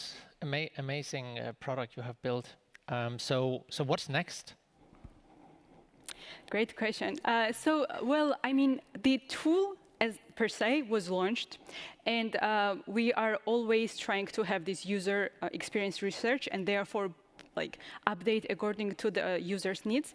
But what I've learned from working in the civic technology sector is that technology helps you to achieve a goal. Technology helps you to tackle some of the challenges. The most important thing is to build the community around it. So what we're doing right now is we are organizing a lot of activities. We're reaching out to journalists, we're reaching out to activists, researchers. We're also working with the students in order to make sure that they know that they have the right to know. So that's our next plan. Helen. Thank you so much, Iona. That was wonderful. As a former public servant, I have nightmares about FOI requests, so this is really, really apt. I would love to know, how do you hold the government accountable? So is there a mechanism within this app where you say, oh, okay, the Georgian government didn't respond to 500 FOIs, for example? How do you hold them accountable? Mm-hmm. That's a great question. And the challenge is so horrible. It's really hard to find one exact solution where it is solved. But what we're trying to do is, whenever you send a request, it's automatically published online, and whenever they receive share an answer, it's automatically published online. So everything that they are writing, for instance, if they say we cannot share this because of, and then they share some illegal reasons, that is published online, and they know that it's published online. So at first, it's they are a bit more scared that everything is piled up and it's online and it's ready for researchers and activists to see, to monitor, and then to write articles, to make a campaign, to make a fuss about it. So that's how technology helps us. Fantastic. Thank you. Diana, thank you so much.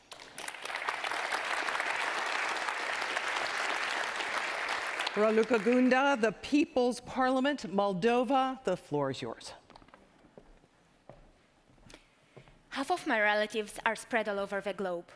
I was the lucky one, with both of my parents by my side while growing up. That is not what many Moldovan children get to have.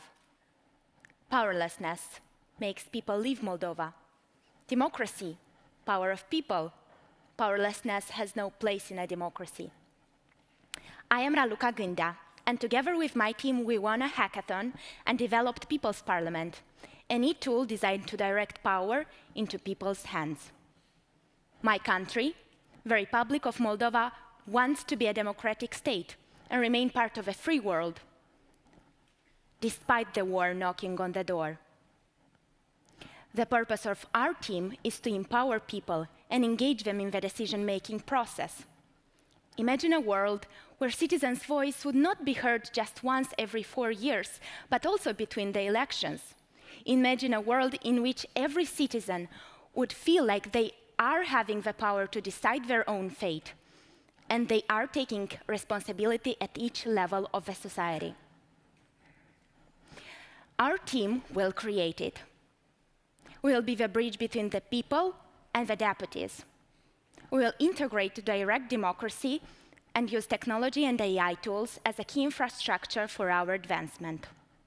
We will offer a comparative analysis. What do the Moldovan citizens vote on the bills, and what are their representatives voting in the parliament? We will develop and explain project laws in such a way that it would be easy and accessible for every citizen to understand them and vote yes, no, or abstain.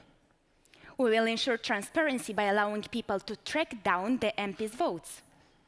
We will also encourage collective writing of bills.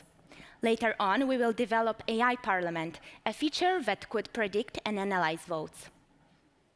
Our business model engages customers through crowd donation, crowd lending, and paid subscription. We will also sell statistics and political polls as a polling company. Who are we? Who is the team behind? We are a young and enthusiastic team who met during a hackathon in November 2022 and developed this vision. In order to continue to fight for democracy in the Republic of Moldova, we need you. We are looking for corporate partnerships and investors to support web development, cybersecurity, and marketing.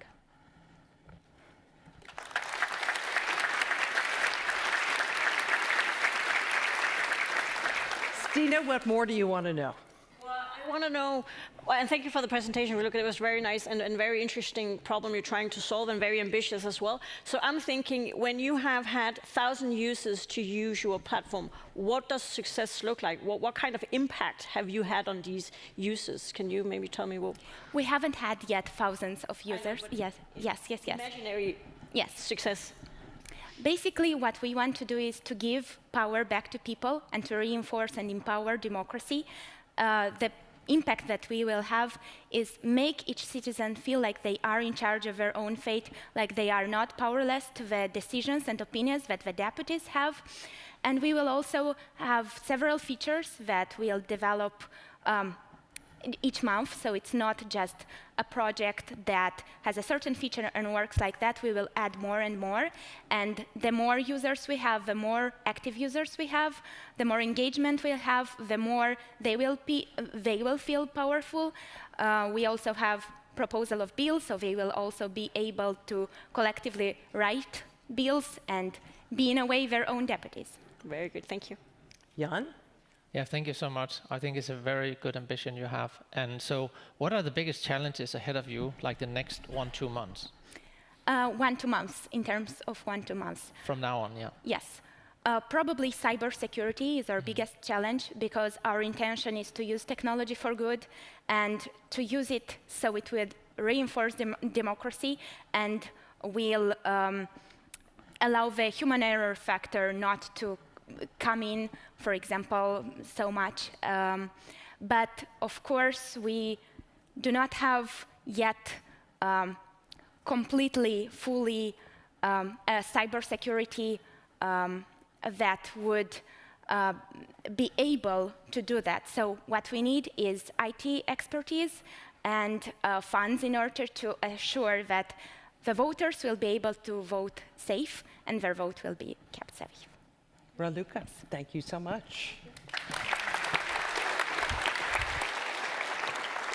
And finally, we have Nare Hakobian, Social Lab Data for Democracy.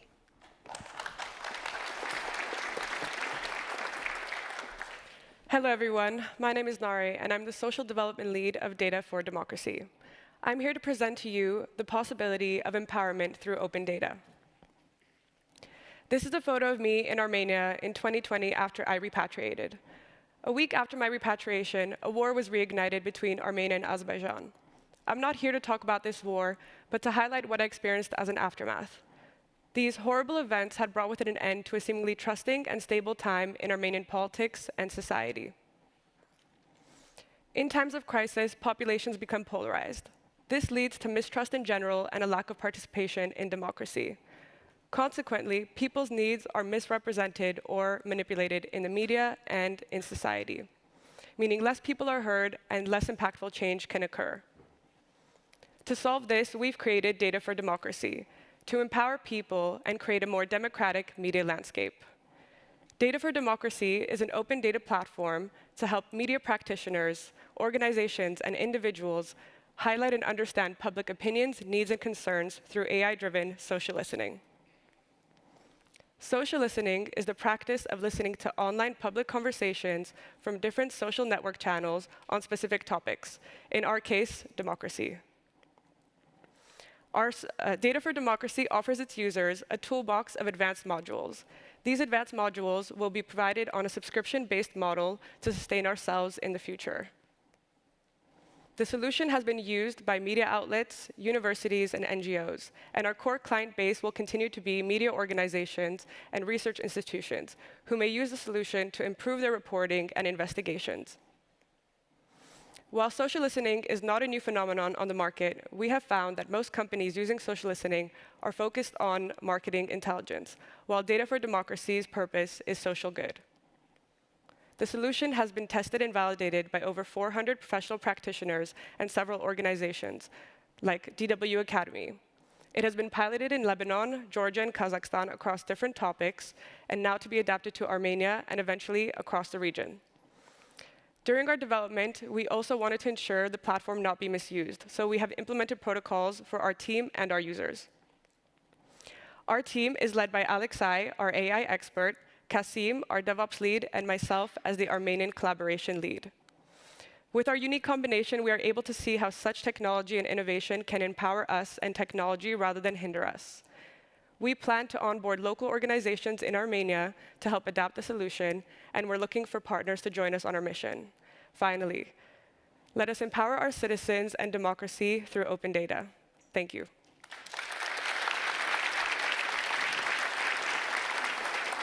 All right, Helen has a question for you. Nari, thank you so much for that presentation. Do you still have that dog? Very cute. I do, yes. Okay, good. That's an important question.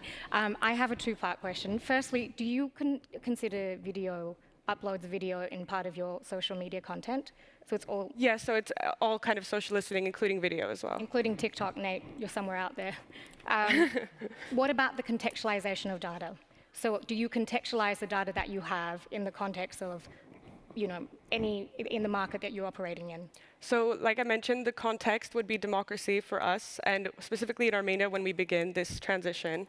And when we're looking at this kind of data, it's important to know that while social listening is kind of it seems like a scary topic because there's the listening element to it, it actually isn't. So we're looking more at analyzing what the data can tell us, like insights, rather than we're not looking at any personally identifiable information or that kind of things, more about what it can give us.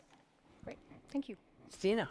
So staying on that track, so you said you have quite a few users that already used it and that you're trusted by all these parties there. Tell me, what was the feedback? What did they say? What did they like about your technology? Thank you for the question. So actually, one of our users was from Georgia, and he expressed that using this solution, he was able to understand what's going on right now in Georgia in relation to the migration and influx of Russian migrants, and he was able to understand how the community of of the Russians are feeling about the migration versus how the Georgians are feeling. So it helps to highlight certain information that you can't understand until maybe further on, but you can get it in real time. Yeah, very good. All right, thanks so much. Thank you. Appreciate it. So now we get to the audience participation part of this. It is your turn to vote for your favorite democracy tech entrepreneur. You just did it for TikTok. Do it again. Go to your conference app. Click on More. Click on Live Poll. Select your option and then submit. Voting is going to stay open for the next 5 minutes or so. Before we transition to our next keynote speaker, please join me and give a big round of applause to our Democracy Tech expert judge panelists. Thank you so much. Stina Mogodson, Jorn Larsen, and Helen Zhang. You can leave the stage, step out, and make your decision on the winners of the Ukraine and the Copenhagen Democracy Tech Awards. Please also join me and give an even bigger hand of applause for our Alliance of Democracies Tech Entrepreneur Fellows. Weren't they great?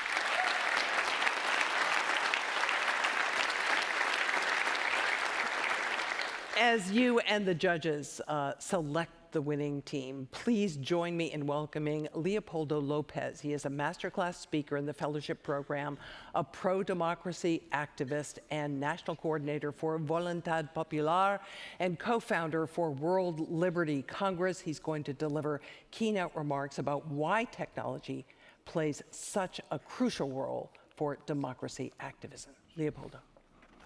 Thank you. Thank you, and congratulations to all of you. I'm from Venezuela. I was elected mayor in the year 2000, re-elected in the year 2004. In the year 2008, I was running for higher office, and I was disqualified for political reasons. Then I started a nonviolent civil resistance movement that we called for protest in the year 2014. And tens of thousands of people went out to the streets, and that took me to prison. So I spent the next 7 years in confinement, 4 years in a military prison in solitary confinement. Then I was taken to house arrest. Then I called again for protest, and they took me back to military prison, then back to house arrest, from where I escaped in the year 2019. I had to seek refuge at the Spanish embassy, where I stayed a year and a half, and at the end of 2020, I was able, against my will, because I never wanted to leave my country, to escape Venezuela.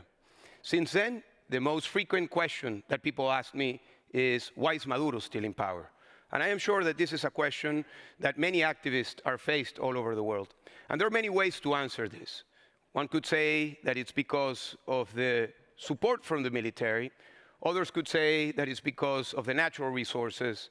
Or even others could say that it's because of the opposition not being united. Although all of those reasons might be part of the reason why Maduro is still in power, I believe that there is one above all of them, and that is the fact that Maduro has support from China, from Russia, from Iran, and from all the autocratic countries that are working together as a network.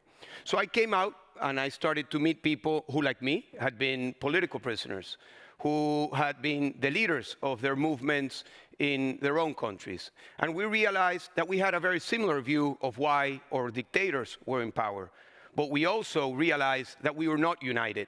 And that is why we started an initiative called the World Liberty Congress, with the focus of creating an alternative alliance of freedom fighters, pro-democracy activists and movements to align and to support each other in our own internal struggle. And that's how the Liberty Congress started. And we had our first event in Lithuania last year. Actually, we did it in Lithuania because of this conference where I met Mantas, our friend, and that's how we ended up in Lithuania at the end of last year. And part of our discussion has been tech and freedom, tech and democracy. And this is a critical issue. Of course, we have seen how technology can be used, and actually is being used very effectively by autocrats to have a hold to power. And we need to create an alternative. And I can give you 2 examples of things that we did in Venezuela. In the year 2020, as we all know, there was COVID. And we were able to secure funds that were frozen from the dictatorship of Nicolás Maduro that were in the United States. And we created a program to support medical doctors and nurses. And we were able to identify 85,000 medical doctors and nurses whose salary was $3 per month, and to provide them through a stable coin directly a transfer of $100 per month. And we were able to do this with a license from Treasury and OFAC. And we were able to do this in a way that it was transparent, that it was efficient, and had absolutely no link with the autocratic regime of Nicolás Maduro. They tried to take down the web page of information, so we created another one. We put a VPN, and we went around all of the restrictions of the dictatorship. And we were able to provide, at a critical moment, support for medical doctors and nurses. We are taking this idea of technology and freedom and democracy beyond our particular cases. We recently started an initiative called the Freedom Academy. And this is the idea that we have from the Liberty Congress to support direct action in places where there are autocratic regimes. So we have been giving support and training to activists. We started in Zambia a couple of weeks ago with the first 100 trainers of trainers. And part of the training that we give is on financial freedom. So we are giving activists the possibility to use new technologies, to use ways to receive funds in an effective, transparent, and an efficient way. And this is something that can grow in a way that can have an impact directly on our struggle for freedom. Because I'm a true believer that financial freedom is not isolated from political freedom. Actually, freedom is not one thing. Freedom, and I learned this the hard way in a 2x2 cell where I was in solitary confinement, freedom is the sum of many things. It's a capacity of individuals in a society to speak freely, to associate freely, to move freely, to decide freely. So all of these things is what makes a society free, and technology can play a big part on this. However, we can talk about all of the different apps and all of the different alternatives for financial freedom, for communication, and for securing the activists and people to have more independence. But there is one condition, and I think this conference today is an important place to send this message. That condition might seem very simple, but it is to have access to free and uncensored internet. If there is no access to free and uncensored internet, all of these apps and many others that we've been discussing are all theory, because billions of people today are exposed to the fact that they don't have access to internet, and if they do, it's censored. So I believe that in the same way that humanity came together to provide a vaccine to COVID-19, I think that the free world needs to come together and figure out a way that billions of people could have access to free and uncensored internet. And then there is another infrastructure challenge, which is affordable smartphones. So having access to internet and affordable smartphones can really be the beginning of a turning point in the struggle for freedom. I'm a true believer that democracy requires technology, but I'm also a true believer that technology requires a commitment to freedom, a commitment to democracy, a commitment to the values of human rights. So I congratulate the Copenhagen Summit for making sure that this discussion about technology, freedom, and democracy is always present in our vision of how to transition to democracy. Thank you very much.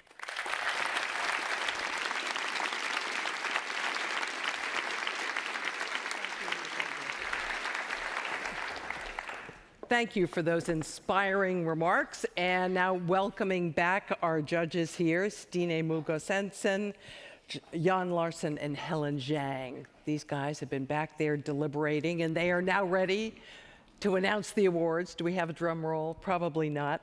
But for the first award, Helen, why don't you come up? You're going to announce who gets the Ukraine Award. Thank you, Jean.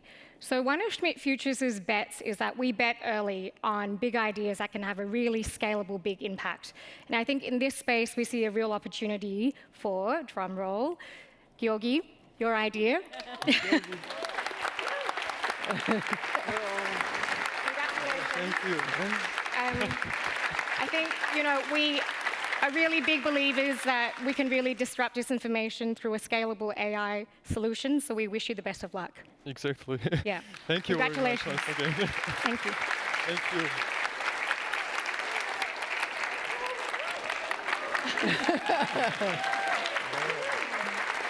Nice bit of change there. You can take us all to lunch afterwards, okay? Okay, and now we have our Copenhagen Democracy Tech Award to announce that. Jan Larsen. Thank you. Okay, so I think you did well, all of you.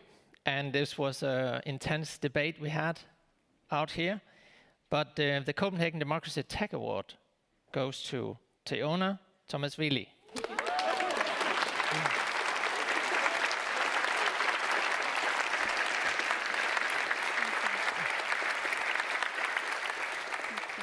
Thank you.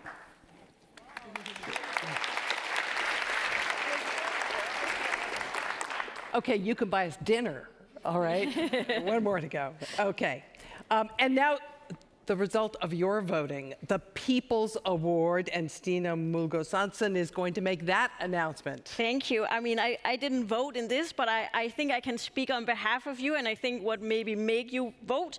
And I think you saw the opportunity of this technology and the relevance and the timing of solving such a substantial problem.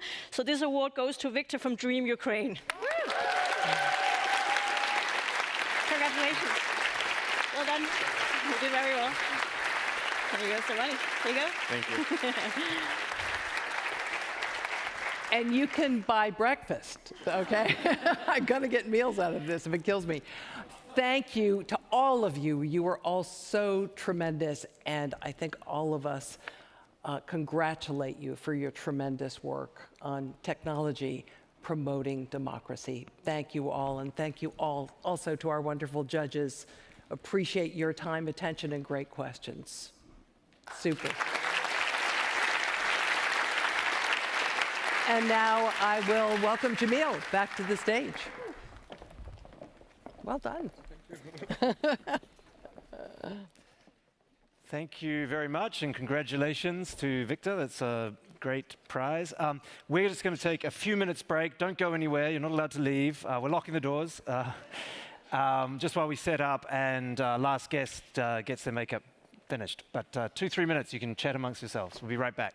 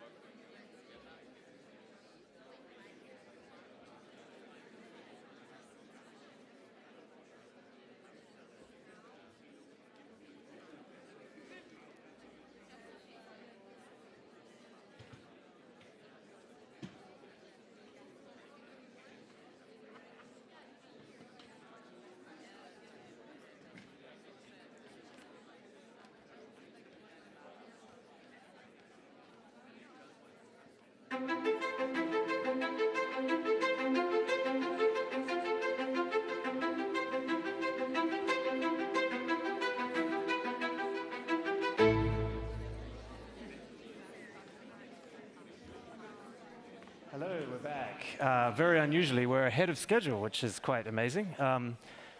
Please take a seat. So this panel is very exciting. It's entitled Democracy by Design, How to Ensure Responsible Tech and AI Innovation. And we have a wonderful panel here. First of all, Dubravka Suica, who is the Vice President of the European Commission for Democracy and Demography. We have Teresa Hudson, who is the Corporate Vice President for Technology and Corporate Responsibility at Microsoft. And we have Eva Majdal, who is a member of the European Parliament, and if I'm a betting man, I would say probably the next European Commissioner from Bulgaria, although she's probably not going to confirm or deny that today on the stage. But if you read Politico, you would probably know that that's our bets are on her, and an old friend. Great to have you here. Thank you. I'm very pleased. I'm Jamil Andolini, Editor-in-Chief of Politico, based in Brussels. And I'm very pleased to be providing gender diversity on a technology panel today. So. Just to remind you as well, you're very welcome to send in your questions. I've got the iPad in front of me, so you're very welcome to join in. Welcome. Thank you. Thank you for being here. Vice President, I want to start with you. What is the European Commission worried about when it comes to AI and other emerging technologies at the moment? What worries you? What keeps you up at night?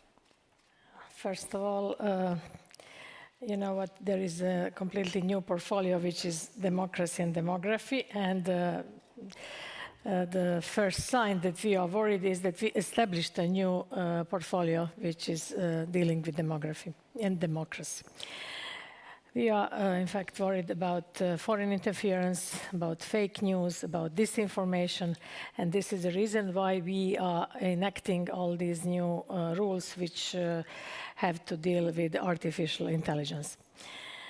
We are now preparing defense democracy package, as you might know, which will be out on 7th of June. And it will, me and Madam Jourova, so it will be dealing with this disinformation, how to defend our democracy. It's unbelievable to hear today that we have to defend our democracy, but this is what it is at stake. So we have to defend our democracy, we have to make it resilient, and we have to make it fit for the future. And this is to answer your question on artificial intelligence. Of course, we are using it, we will be using it, but with the rules. Otherwise, it can become dangerous. So artificial intelligence is helpful. It can't replace humans, but it can help humans to be better in defending our democracy. And this is what we are trying to do with this Defense of Democracy package. It's also about free elections. It's about free media. It's about how to make our elections more transparent, how to make more Europeans to come to elections. We want to have better turnout in order to make our Europe more cohesive, especially nowadays when we know what's going on our borders. So three of us here live in Brussels, and I have heard Brussels sneeringly referred to as the Silicon Valley of regulation. It is a fact that Europe has been potentially much more innovative when it comes to regulating technology than it has been in fostering technology champions. So do you agree, Teresa? And would you say that there is too much regulation in the European Union, and how do you get that balance right? Well, I feel really lucky to work for a technology company that isn't in Silicon Valley. So perhaps not the best person to judge whether Brussels is the Silicon Valley of regulation. You know, I do think we need regulation. We need regulation on this emerging technology. When I think about the places I hope regulation goes, particularly as this technology emerges, I hope it's to the places, it's the sort of the risky cases, the risky ways that the technology can be used. Some of the things you talked about, the things that threaten democracy, a lot of this technology is actually going to solve some pretty boring problems. And I hope that the regulation doesn't kind of get in the way of some of the boring uses, but instead is really focused at, it may be two things. One, at the higher risk scenarios and uses, and really focuses on the outcome of the technology rather than sort of how the technology is built. That feels like the right place for regulators to operate. Eva, I know you work on this all the time in the European Parliament, and I know this is something that you care deeply about. How do you get that balance right between fostering innovation, trying to come up with the next big European technology company, and making sure that we're looking after people's data and the things that Europe is maybe slightly better at? Well, it becomes ever more challenging, right? Why? Because I am a tech optimist, but ever more so, I'm also a tech realist. I think it's very important to see the benefits the technology brings, but it's ever more important to talk today in settings similar as this one about the perils of technology and about how we can prepare society for the fast pace of technology and the way it moves. So my first and foremost concern for us as legislators is to make sure that we could find a good balance where we can support innovation happening in Europe, but in the same time do it according to our values. This is where, this democracy by design can play itself out in a way. However, it's about finding the balance. We cannot just be the referee. We need to make sure we are also the players. And this is, where we have seen difficulties over the past couple of years. You've mentioned data. Have we harnessed all the potential of data that is out there? Can we do more?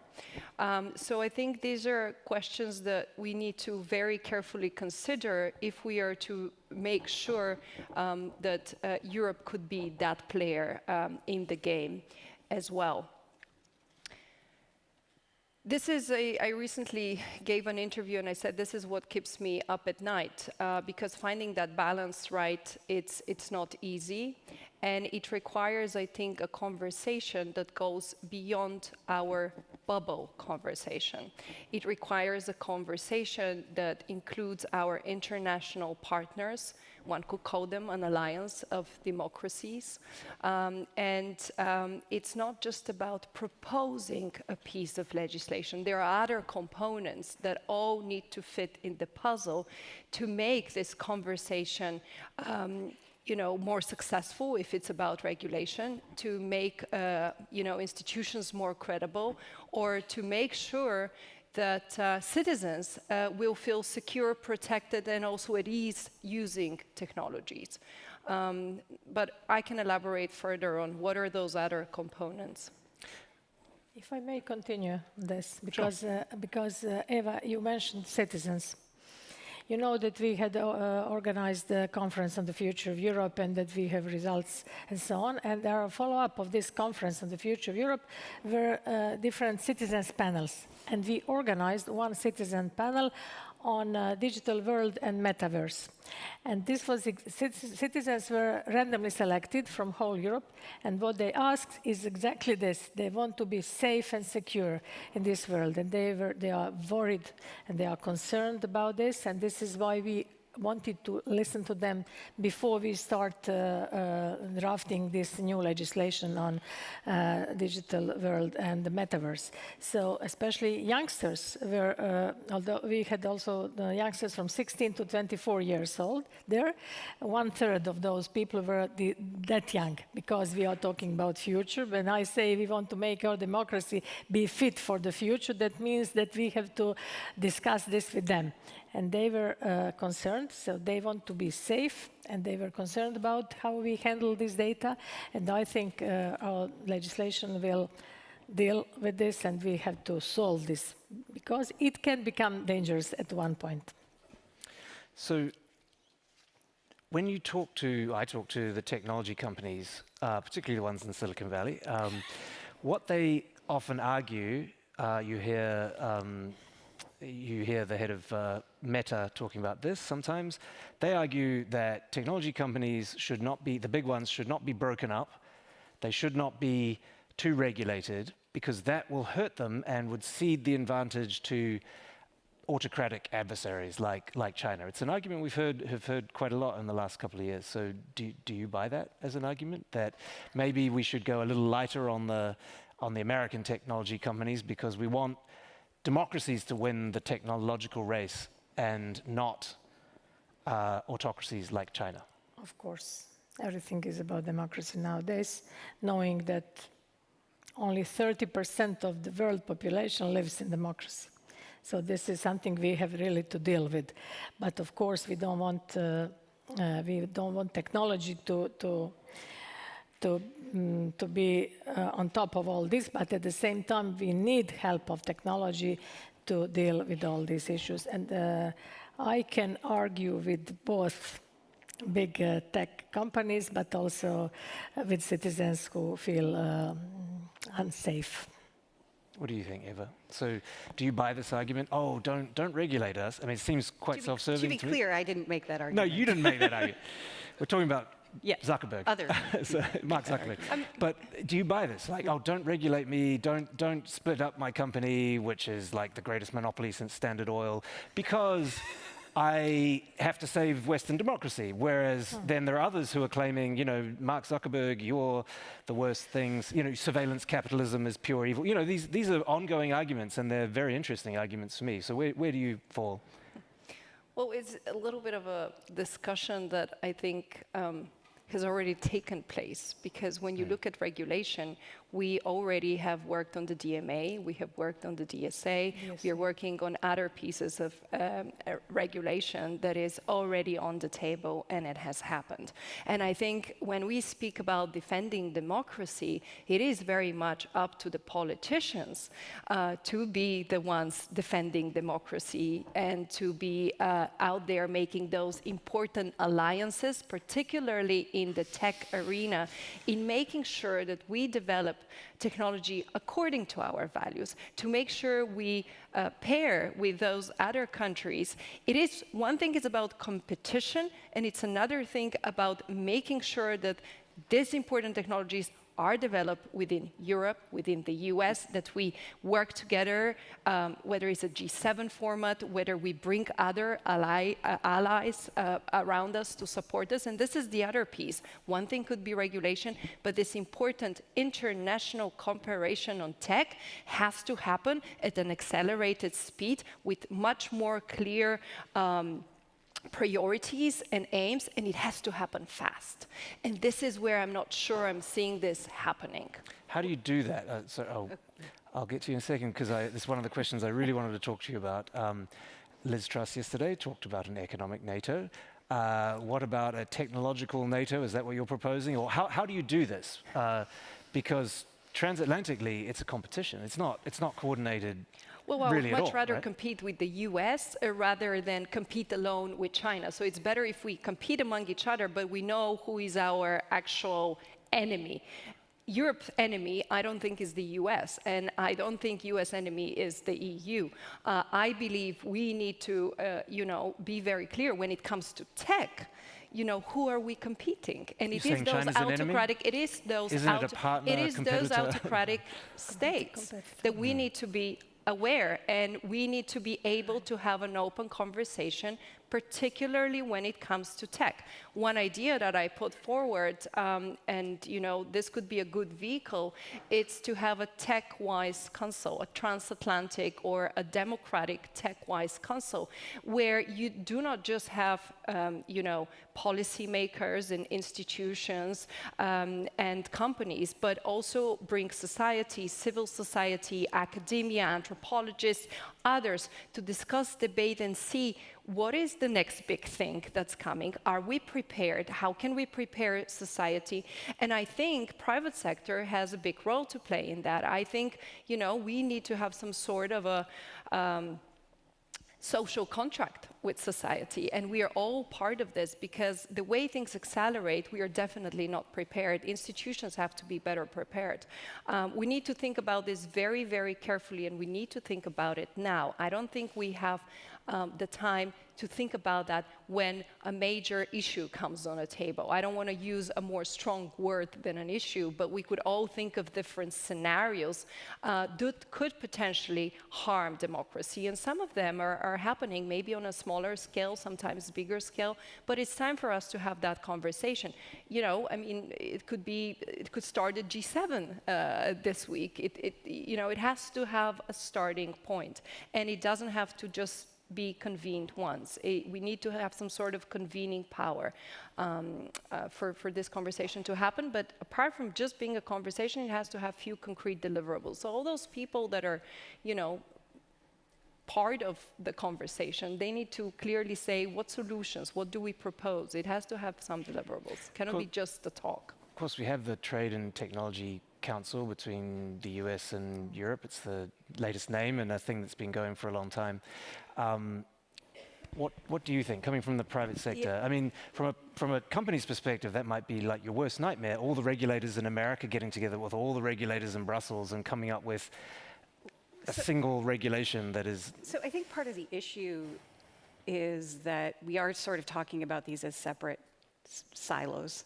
And we're actually talking about a societal problem. So we need to actually bring the conversation together with regulators, transatlantic regulators, with industry, and with civil society and citizens. I mean, citizens are the participants in the democracy, and so we actually need to make sure that they're in the conversation. And I think part of if we think back to what hasn't gone so well with technology, it's because we aren't bringing everybody into the conversation to solve the problem together, address the problem together, figure out, which parts kind of have responsibility for moving the societal interests together forward.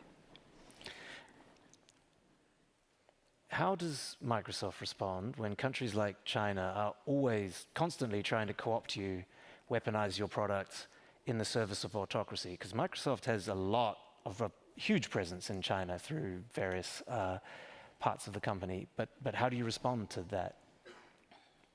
It's an ongoing challenge. We've never really thought that we do better for the world by not being in a place, that we can kind of extend protection to the world by being there. But we are really careful about what we do in the places we are in. And that's, everything from where we store data to what sort of services we offer in a particular place. And so that is an ongoing conversation kind of in any place where we decide to do business. And of course, is an ongoing conversation in China. And what companies always say is, we follow the laws in every country we follow. Elon Musk is now saying that he is not... I'm being painted with a very broad brush here. I'm not comparing. I may be giving you... I'm helping you by comparing you to the worst. Thank you. Elon Musk, the free speech absolutist, who is now, there are exceptions. More fundamentally, do you even think it is the role, and I want to ask this of all of you, do you even think it is the role of the private sector to support democracy? I mean, this is a much bigger question than just technology, but it's something that I'm fascinated by. It's obviously in the business interest of Politico to support democracy and free speech. That's our business model. Yep. That's our. Yep. There's no contradiction whatsoever. But for other companies, I would say, particularly in technology, where you are running ahead of regulation, and then regulation is trying to catch up, and maybe regulation is formed very fast, and not necessarily thinking through all the implications. I mean, is it really in your job, let's say? I'd say a couple things. I mean, one, it's the quote, sort of like democracy is the worst form of government except for all the other ones. So I think there's partly, democracy is, even the chaos of democracy is better because the chaos of democracy does have the rule of law. Business thrives under the rule of law. It's predictable. It's good for business when you know what the law is. You know, the other part, just from a pure business perspective, democracy is good for our business. About, I think, 95% of our business comes from democracies. So it actually is in our business interest to promote and support and advance democracy. I think that everyone has a role in this. Also, private sector, be it SMEs or medium or big companies, everybody has a role in this technological race.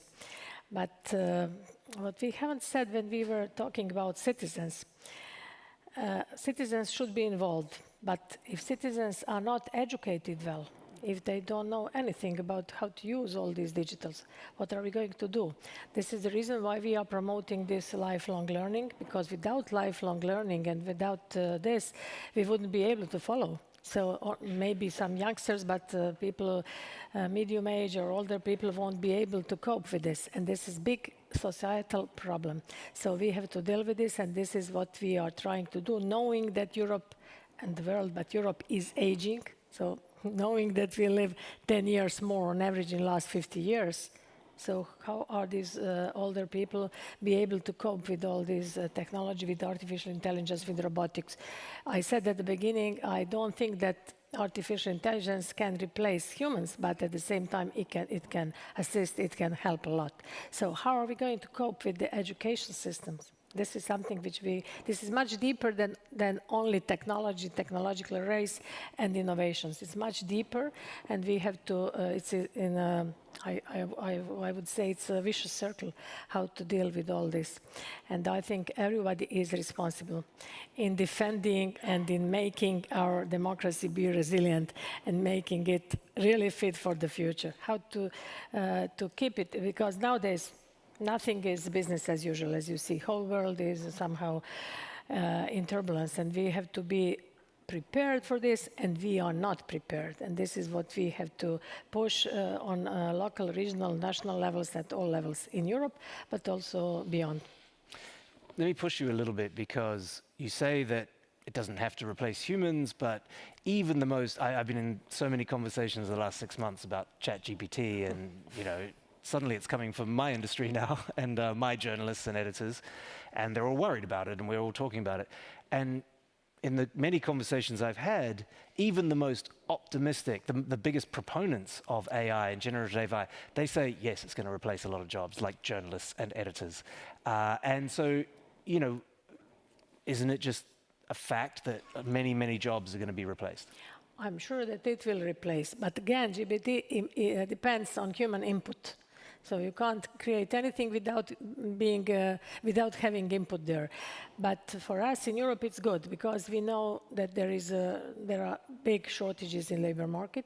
We badly need to fill in all these vacancies. So for Europe, it will be good, but again, it should be somehow governed by human brains. And this is something which, that we lack a lot of people in labor market for different, not only for new green and digital jobs, but also for the caregivers job, for different jobs, for old crafts.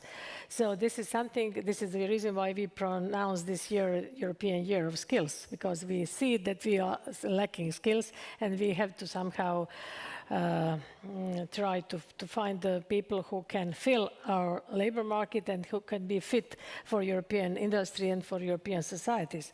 And then we come, this is not the topic, but we come to legal migrations, but I don't want to let's not open that. Don't start this topic. Peel back the layers on that particularly eye-watering little onion. Yes, okay. Eva, you're working on the AI Act right now. And what do you see as the main obstacles, the main challenges that you have to deal with? Because the technology is far ahead of where the legislation is, or where the legislators, I'm sure you understand it, but I also know for a fact that many of your colleagues in the European Parliament who will be working on this have no idea about this. Well, so just first of all, to recap for the audience, the AI Act was proposed a couple of years ago, and we were not planning to address foundational models at all within the AI Act. However, since a couple of weeks, there was a political will to do that.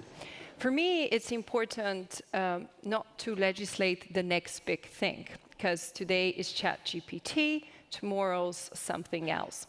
So I believe we have put forward a draft text which basically provides some sort of guidelines, guardrails to make sure that we legislate, the basis of technology, because it could be, as I said, one company name today, tomorrow will be something else. We had a very clear way of how we see the AI Act operating through dividing the different risk factors. So should your model that you're working on falls under the high-risk AI sector and part, and should it be a foundational model, it will have to go through certain checks and balances. So I think we found for the time being a good way that could possibly stand, the test of time for the time being. And I'm glad we've worked in a very cooperative way in the European Parliament. I also have to say that I believe that compared to a couple of years ago, policymakers have been brought up to speed in making sure they understand better and faster those developments. Where I think we need to work more, and I think the next panel might address a little bit of those concerns, is to make sure we have prepared public administration across states. People that are able to use technology to optimize their work, to perform better, and also to make better decisions. I think this is where we will need to have a deeper conversation and find ways on how to prepare those public administrations for what is happening today and how it can help their work. Would you, I'm subject to GDPR, and I have a situation where my chief data officer is based in Washington, cannot access any data in Politico in Europe because of GDPR regulations. Our lawyers say, no, you can't do that. In places like China or Europe, or, China or Russia or other autocratic regimes, there is no such thing as privacy, really. They can access everyone's data at all times, and government programs to develop AI, which we know thrives on vast amounts of data, they're able to just scrape everything and use that to build these models.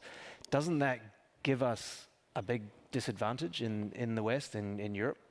Well, this is why I said we need to act fast, and we need to be very, very strategic and targeted. We need to answer the question, what is it that we want to achieve?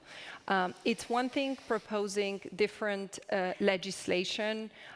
It's about making sense of all the legislation and what is your ultimate goal. And this is why it is more than ever that we need to be working with those democratic allies that we have. There's an important summit, I think, happening today between the EU and India on tech, particularly. I think we need to be bringing on board some of those countries that sometimes could be described. A friend of mine, Jared Cohen, released a paper yesterday. He describes them as the swing states. That one day feel more comfortable cooperating with, with China, and another day feel more comfortable cooperating with France, for example. So we need to see how to make sure we bring those countries closer to our goals and to our values. However, we need to be cautious not to make the same mistake we've made before. We've tried to cooperate with China thinking we'll bring them closer to our values. We did the same with Russia.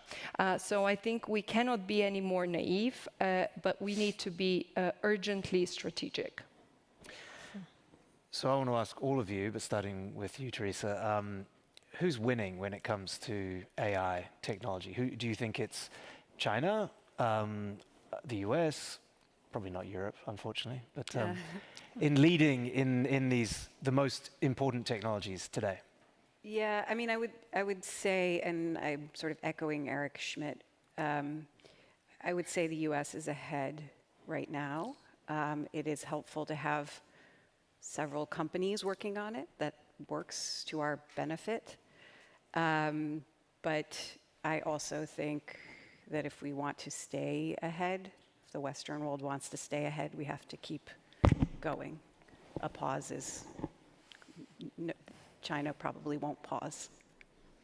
And in China, if I remember, when I used to cover this 15 years ago, in China, Baidu is like the national champion for AI, but their product is iffy. And the Beijing Institute for AI is also there. But yeah, so I mean, there are so many pieces of this. There's the compute power. There's the large language model training.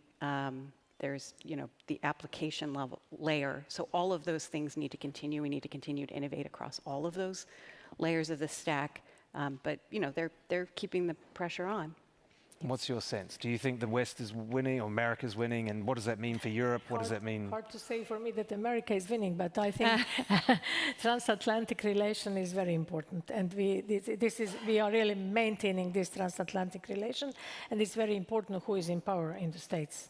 I mean, this is political, but just to let you know. So I think that we are rivals, but at the same time, we are working together and we support each other. Otherwise, we wouldn't be able to oppose to China. So I think that China won't win in the end because of this autocratic system, although they have access to data, but I don't think this is not enough. So I think Europe, in cooperation with the States, will win. Not only Europe, not only States, but also I'm talking about Australia, New Zealand, Japan, Canada, so all Western world. It's so nice of you to include New Zealand, little New Zealand, where I grew up. Thank you. Eva, what do you think? Who's winning? It's important that democracy wins. And it can only do so by us understanding that cooperation and collaboration is more important than ever today. It's the definition of madness to be doing the same thing all over again and expect a different result, as I said. So today I think we need to be very awake in understanding today's and tomorrow's realities. So in order for democracy to win, we need those alliances up and running and kicking and, having a strategy. That would be my take on that. And it's my prerogative as the moderator. I'm allowed to step in with my little opinion. And what I would say is that when it comes to China specifically, while we are maybe in Europe, we may be held back slightly by the limited access to large amounts of data, or the controlled access to large amounts of data. In China, they are held back by the autocratic imperative. For the Communist Party of China, the thing they care about the most, that they're worried about the most, is that a chatbot will start talking about Winnie the Pooh or about Uyghurs in concentration camps in Xinjiang, or we'll start to say, well, maybe it's a good idea to overthrow the Communist Party. So actually the constraints... That escalated. Actually, the constraints that they have on technology are actually, I would say, almost greater than what we've done with legislation. So that's my personal opinion. But so we've talked quite a lot about Europe, since we're in Europe and we have people from European government here. What is the legislation that you are following the closest in the US, in Washington or in California? And what is it legislatively or political developments that are the most concerning for you or interesting for you, say? I would actually say this is a place where the US is behind.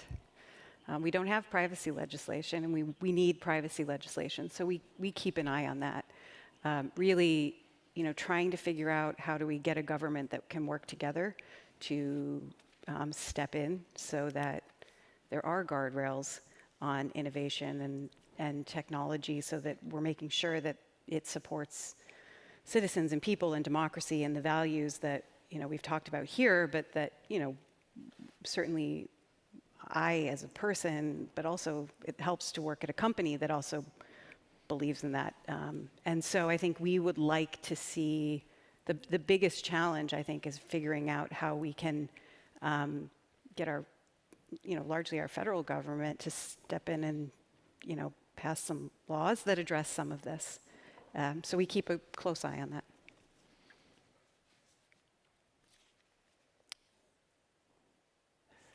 You've talked about ordinary citizens a fair bit, but what can ordinary citizens really do when it comes to legislation in the European Union around technology? I mean, you're right, we need people to have higher levels of skills and understanding, but how can they actually affect this? Are you calling for them to vote in the election next year, or what else? What else can they do besides that? They can do a lot. This is what I said at the beginning when I mentioned conference on the future of Europe.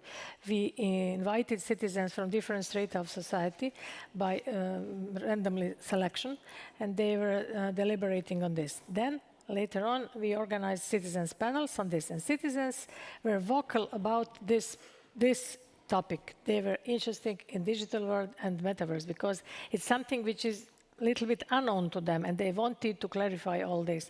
And we are always organizing such panels, not only at European level, but also we call to organize panels at national, regional, and local level in order to incorporate citizens, to make them feel that they can draft European policy. We want citizens to see that they can be participants, not only via their elected representatives, but they are the ones who can do it.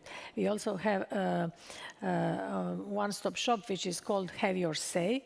They can come there and tell their ideas, and we accept ideas or we don't. It depends on what is this about. So there is a big ongoing process which is called deliberative democracy.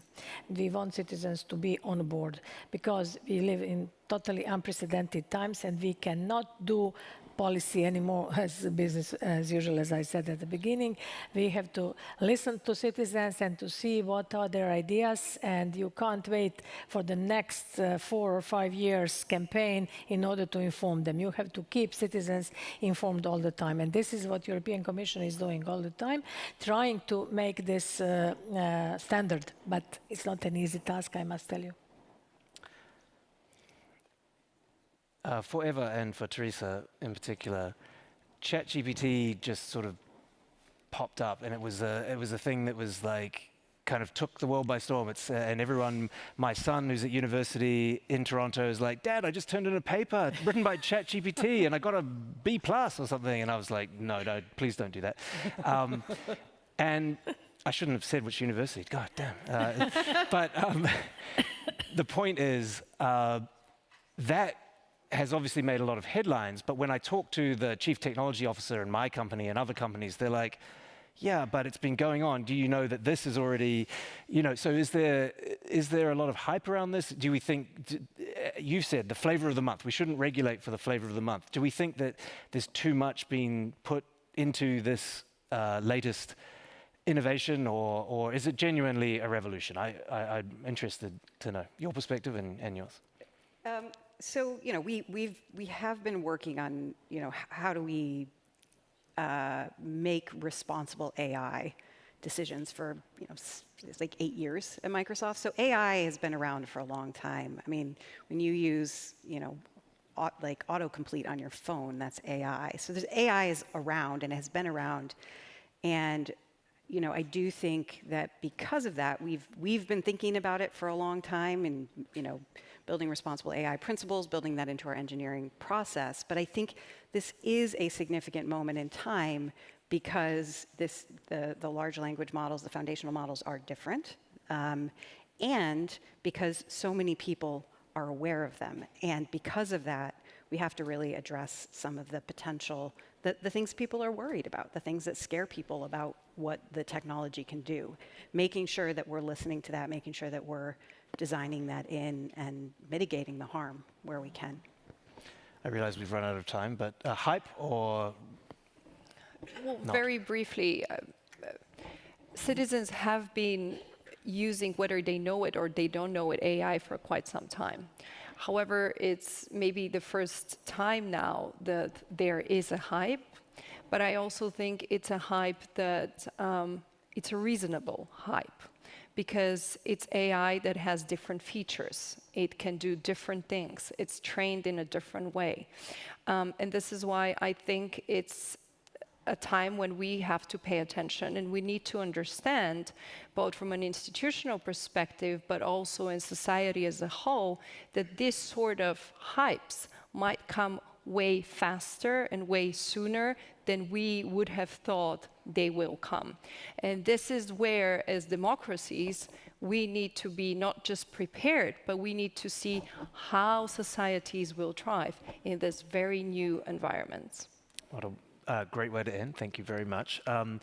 I need to mention that the Alliance of Democracies is co-hosting a workshop in partnership with the Alfred Herrhausen Society later today to go more in depth on this topic of democracy by design, and they will be testing a toolkit on this, so I just wanted to mention that, and I want to thank all of you. Wonderful. Thanks so much for the discussion. Thank you. Great to have you.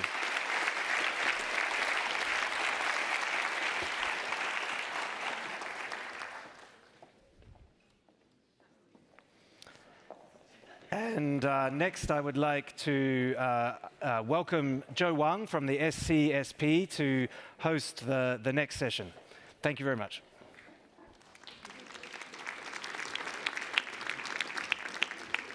Thanks.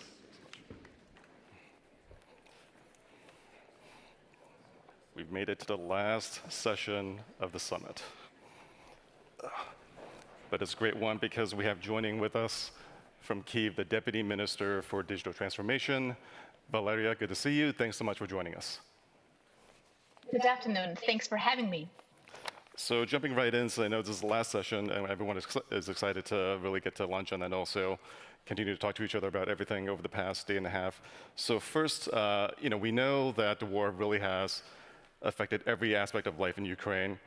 Your ministry is trying to make Ukraine the most digital state in the world.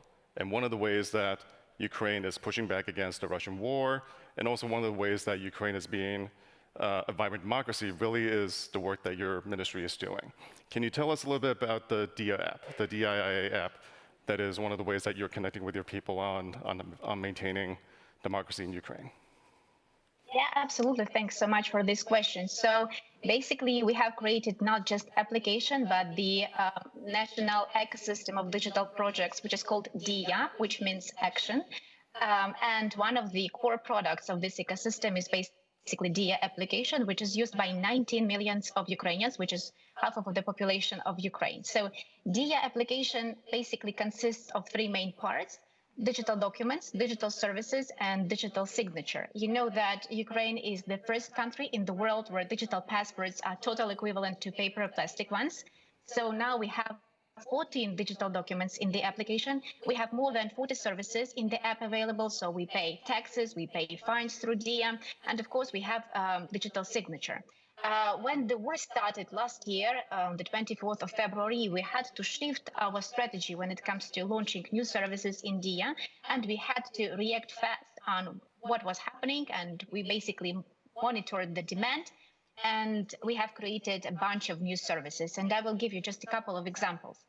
So in the very beginning, when Russian missiles started to hit the residential buildings,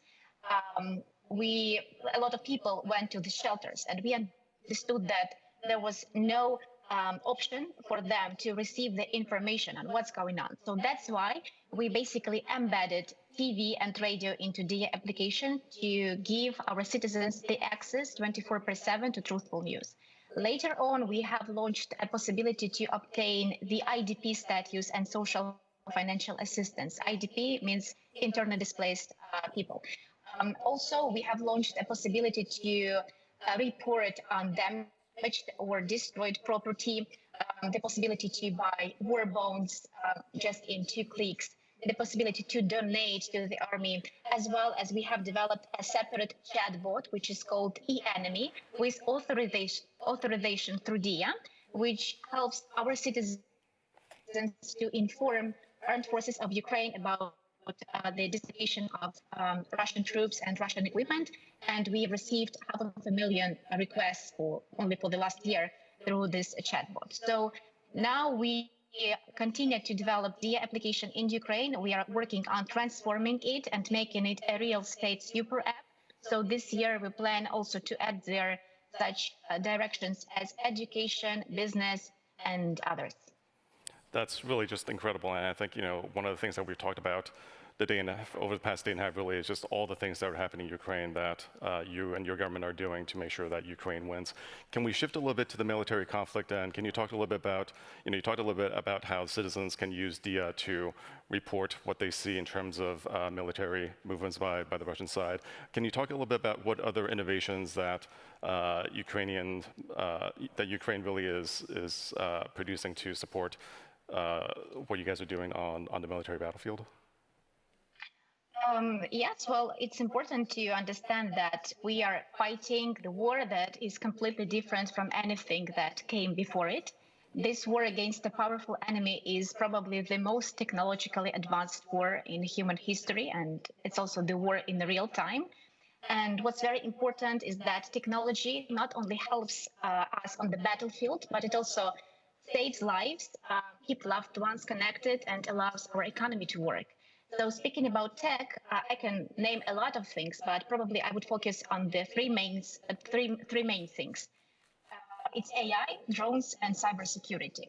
So first of all, speaking about AI, we use it to identify Russian soldiers who are not just looters, rapists, but are real killers and war criminals. AI tools make it possible to find all of them, no matter where they're hiding from justice. We also have developed our own IT solutions based on AI, which help us a lot on the battlefield.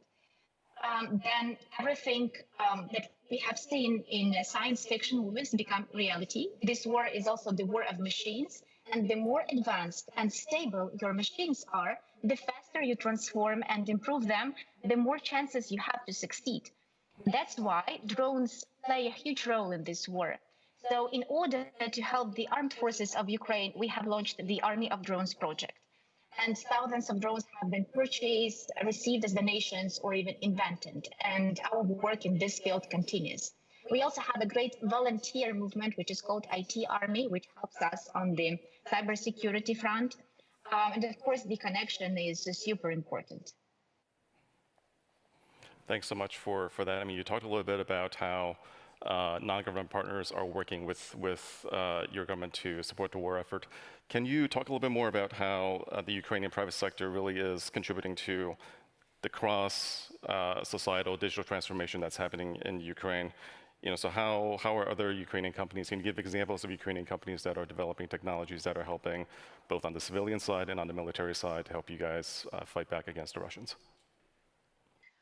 Of course, I would say that our ministry is working with the private sector companies from the very beginning, from 2019. So we really have a lot of different great and efficient projects which were developed together with the private sector companies in partnership or with the support of them. But speaking about the wartime, I can give you a number of examples. Let's say the air alarm application.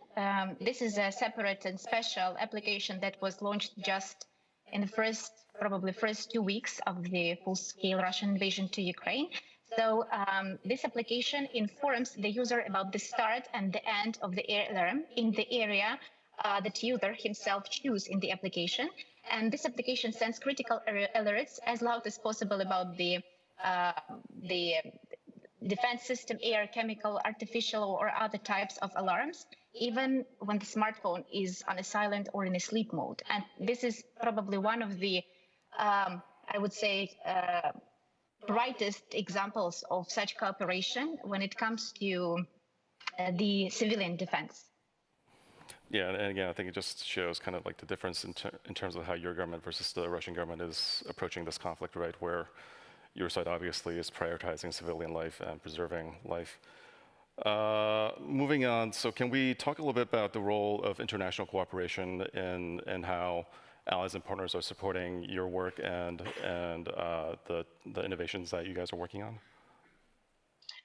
Of course, we have we have a lot of partners. among the governments of the whole world and European Union, and of course from the private sector. We have, I would probably like to mention two big projects, two big initiatives. The first one is United 24 initiative, which is the official fundraising platform that has been created under the patronage of the president. So this is the big initiative which helps us to receive support and donations for fast rebuilding and long-term rebuilding of Ukraine.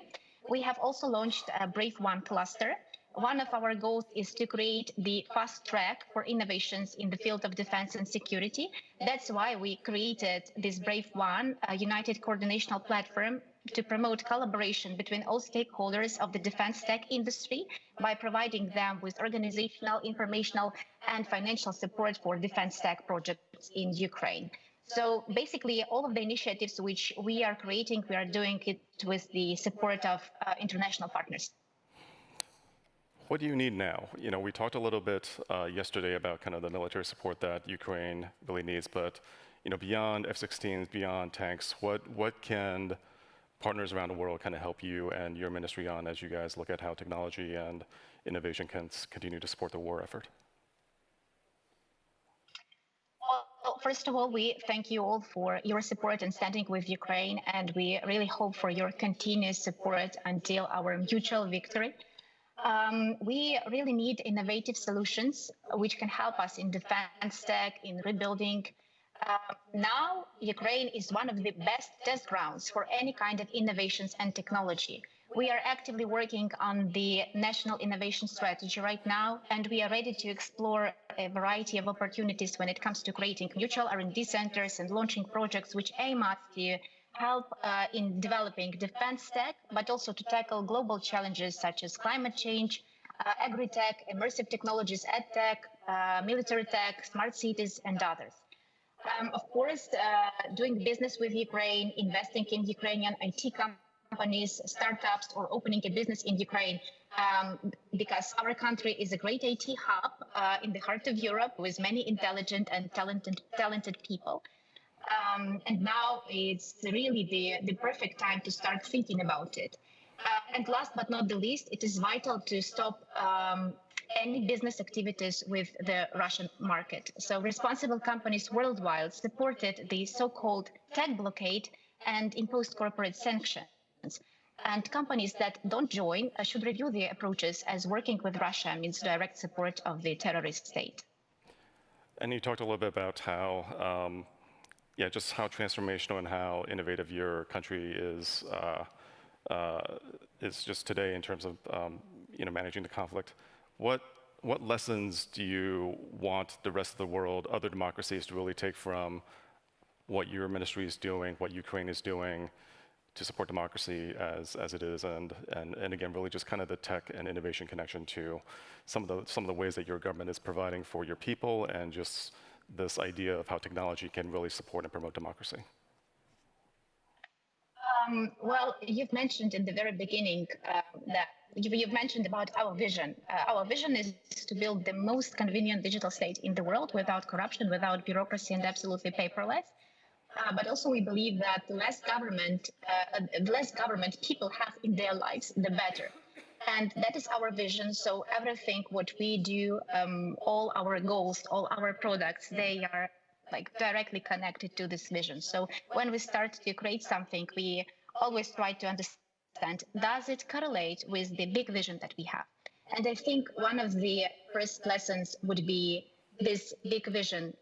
It's not a strategy, not the goals, but the real vision, where we want to come in 5, 10, 15, or 20 years. And it may sound obvious, but a lot of governments still do not have this vision. The second lesson, probably the user-centric approach in everything what you are doing. So there is absolutely no sense in digitizing services when you have the same application form with 40, 60, or 80 questions, which is completely unfriendly and not convenient for the user. So you always have to think about the citizen first. no sense to digitize bureaucracy, no sense to digitize chaos. You have to re-engineer all of the processes when it comes to digital transformation.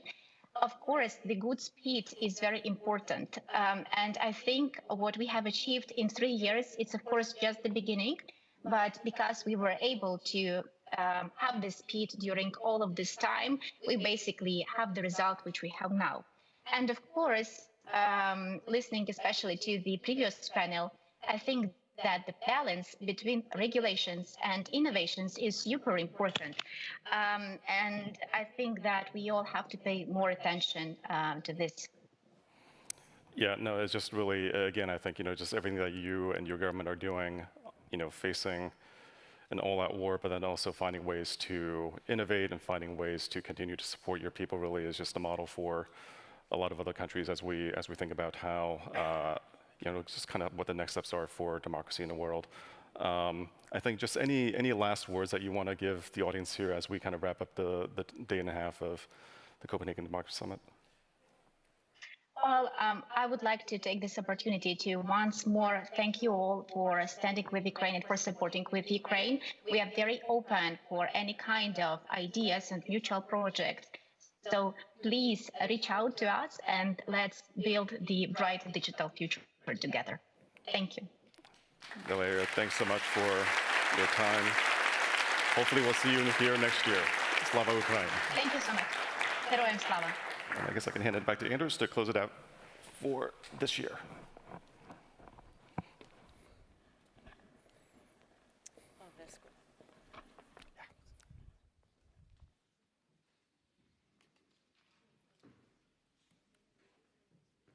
Thank you for that fascinating discussion. And I think it ties perfectly together the themes of today's sessions with the wider theme of this conference. How we ensure technology strengthens our democracies, and how we achieve a Ukrainian victory. Because even in the darkest moments of this war, we have been inspired by the resilience and the creativity of the Ukrainian people. The way they used social media to spread messages of resistance and hope in the early days of the war. How the armed forces adapted new technologies to overcome insurmountable odds. How the humor and spirit of the Ukrainian people has survived in the most challenging circumstances. It gives us hope. Hope that ultimately individual liberty will win out over autocratic control. That the desire for freedom will overpower the fear of repression. That democracy will conquer dictatorship. And that is exactly why we're here today, to ensure that the future is built on freedom. And I would like to thank all of you for attending the 6th annual Copenhagen Democracy Summit.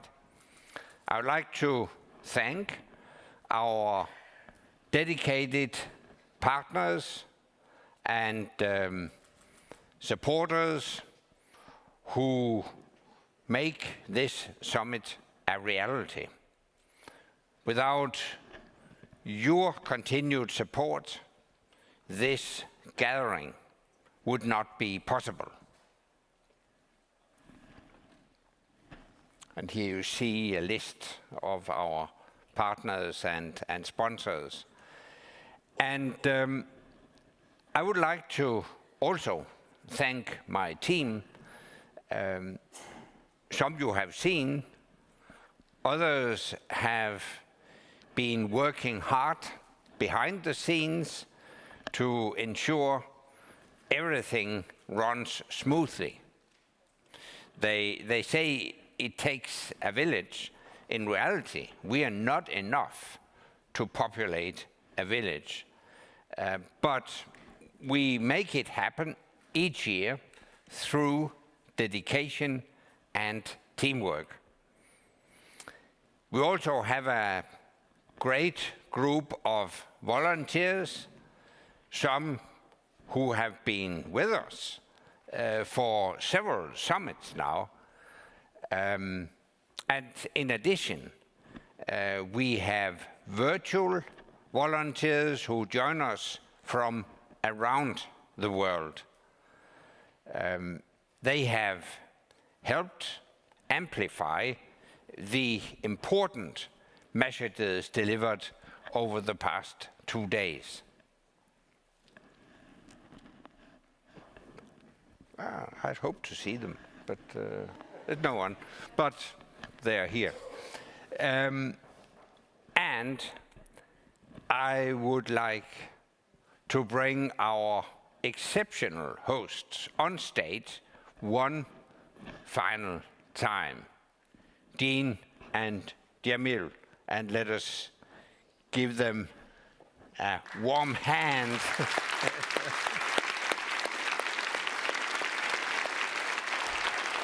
Thank you, Andrew. Thank you. Thank you. Thank you so much.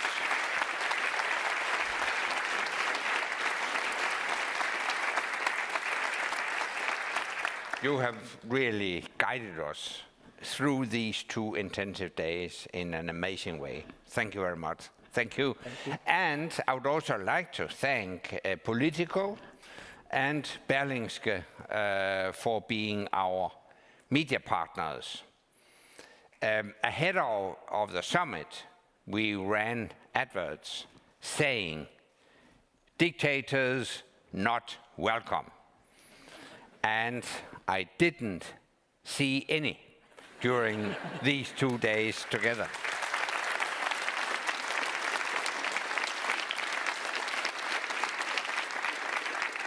So lastly, thank you to all who joined here at the Royal Playhouse and the thousands more who joined us online. We are delighted to have hosted you. We invite you to defend democracy with us throughout the year and join us at the next Copenhagen Democracy Summit on 14th and 15th of May 2024. Thank you.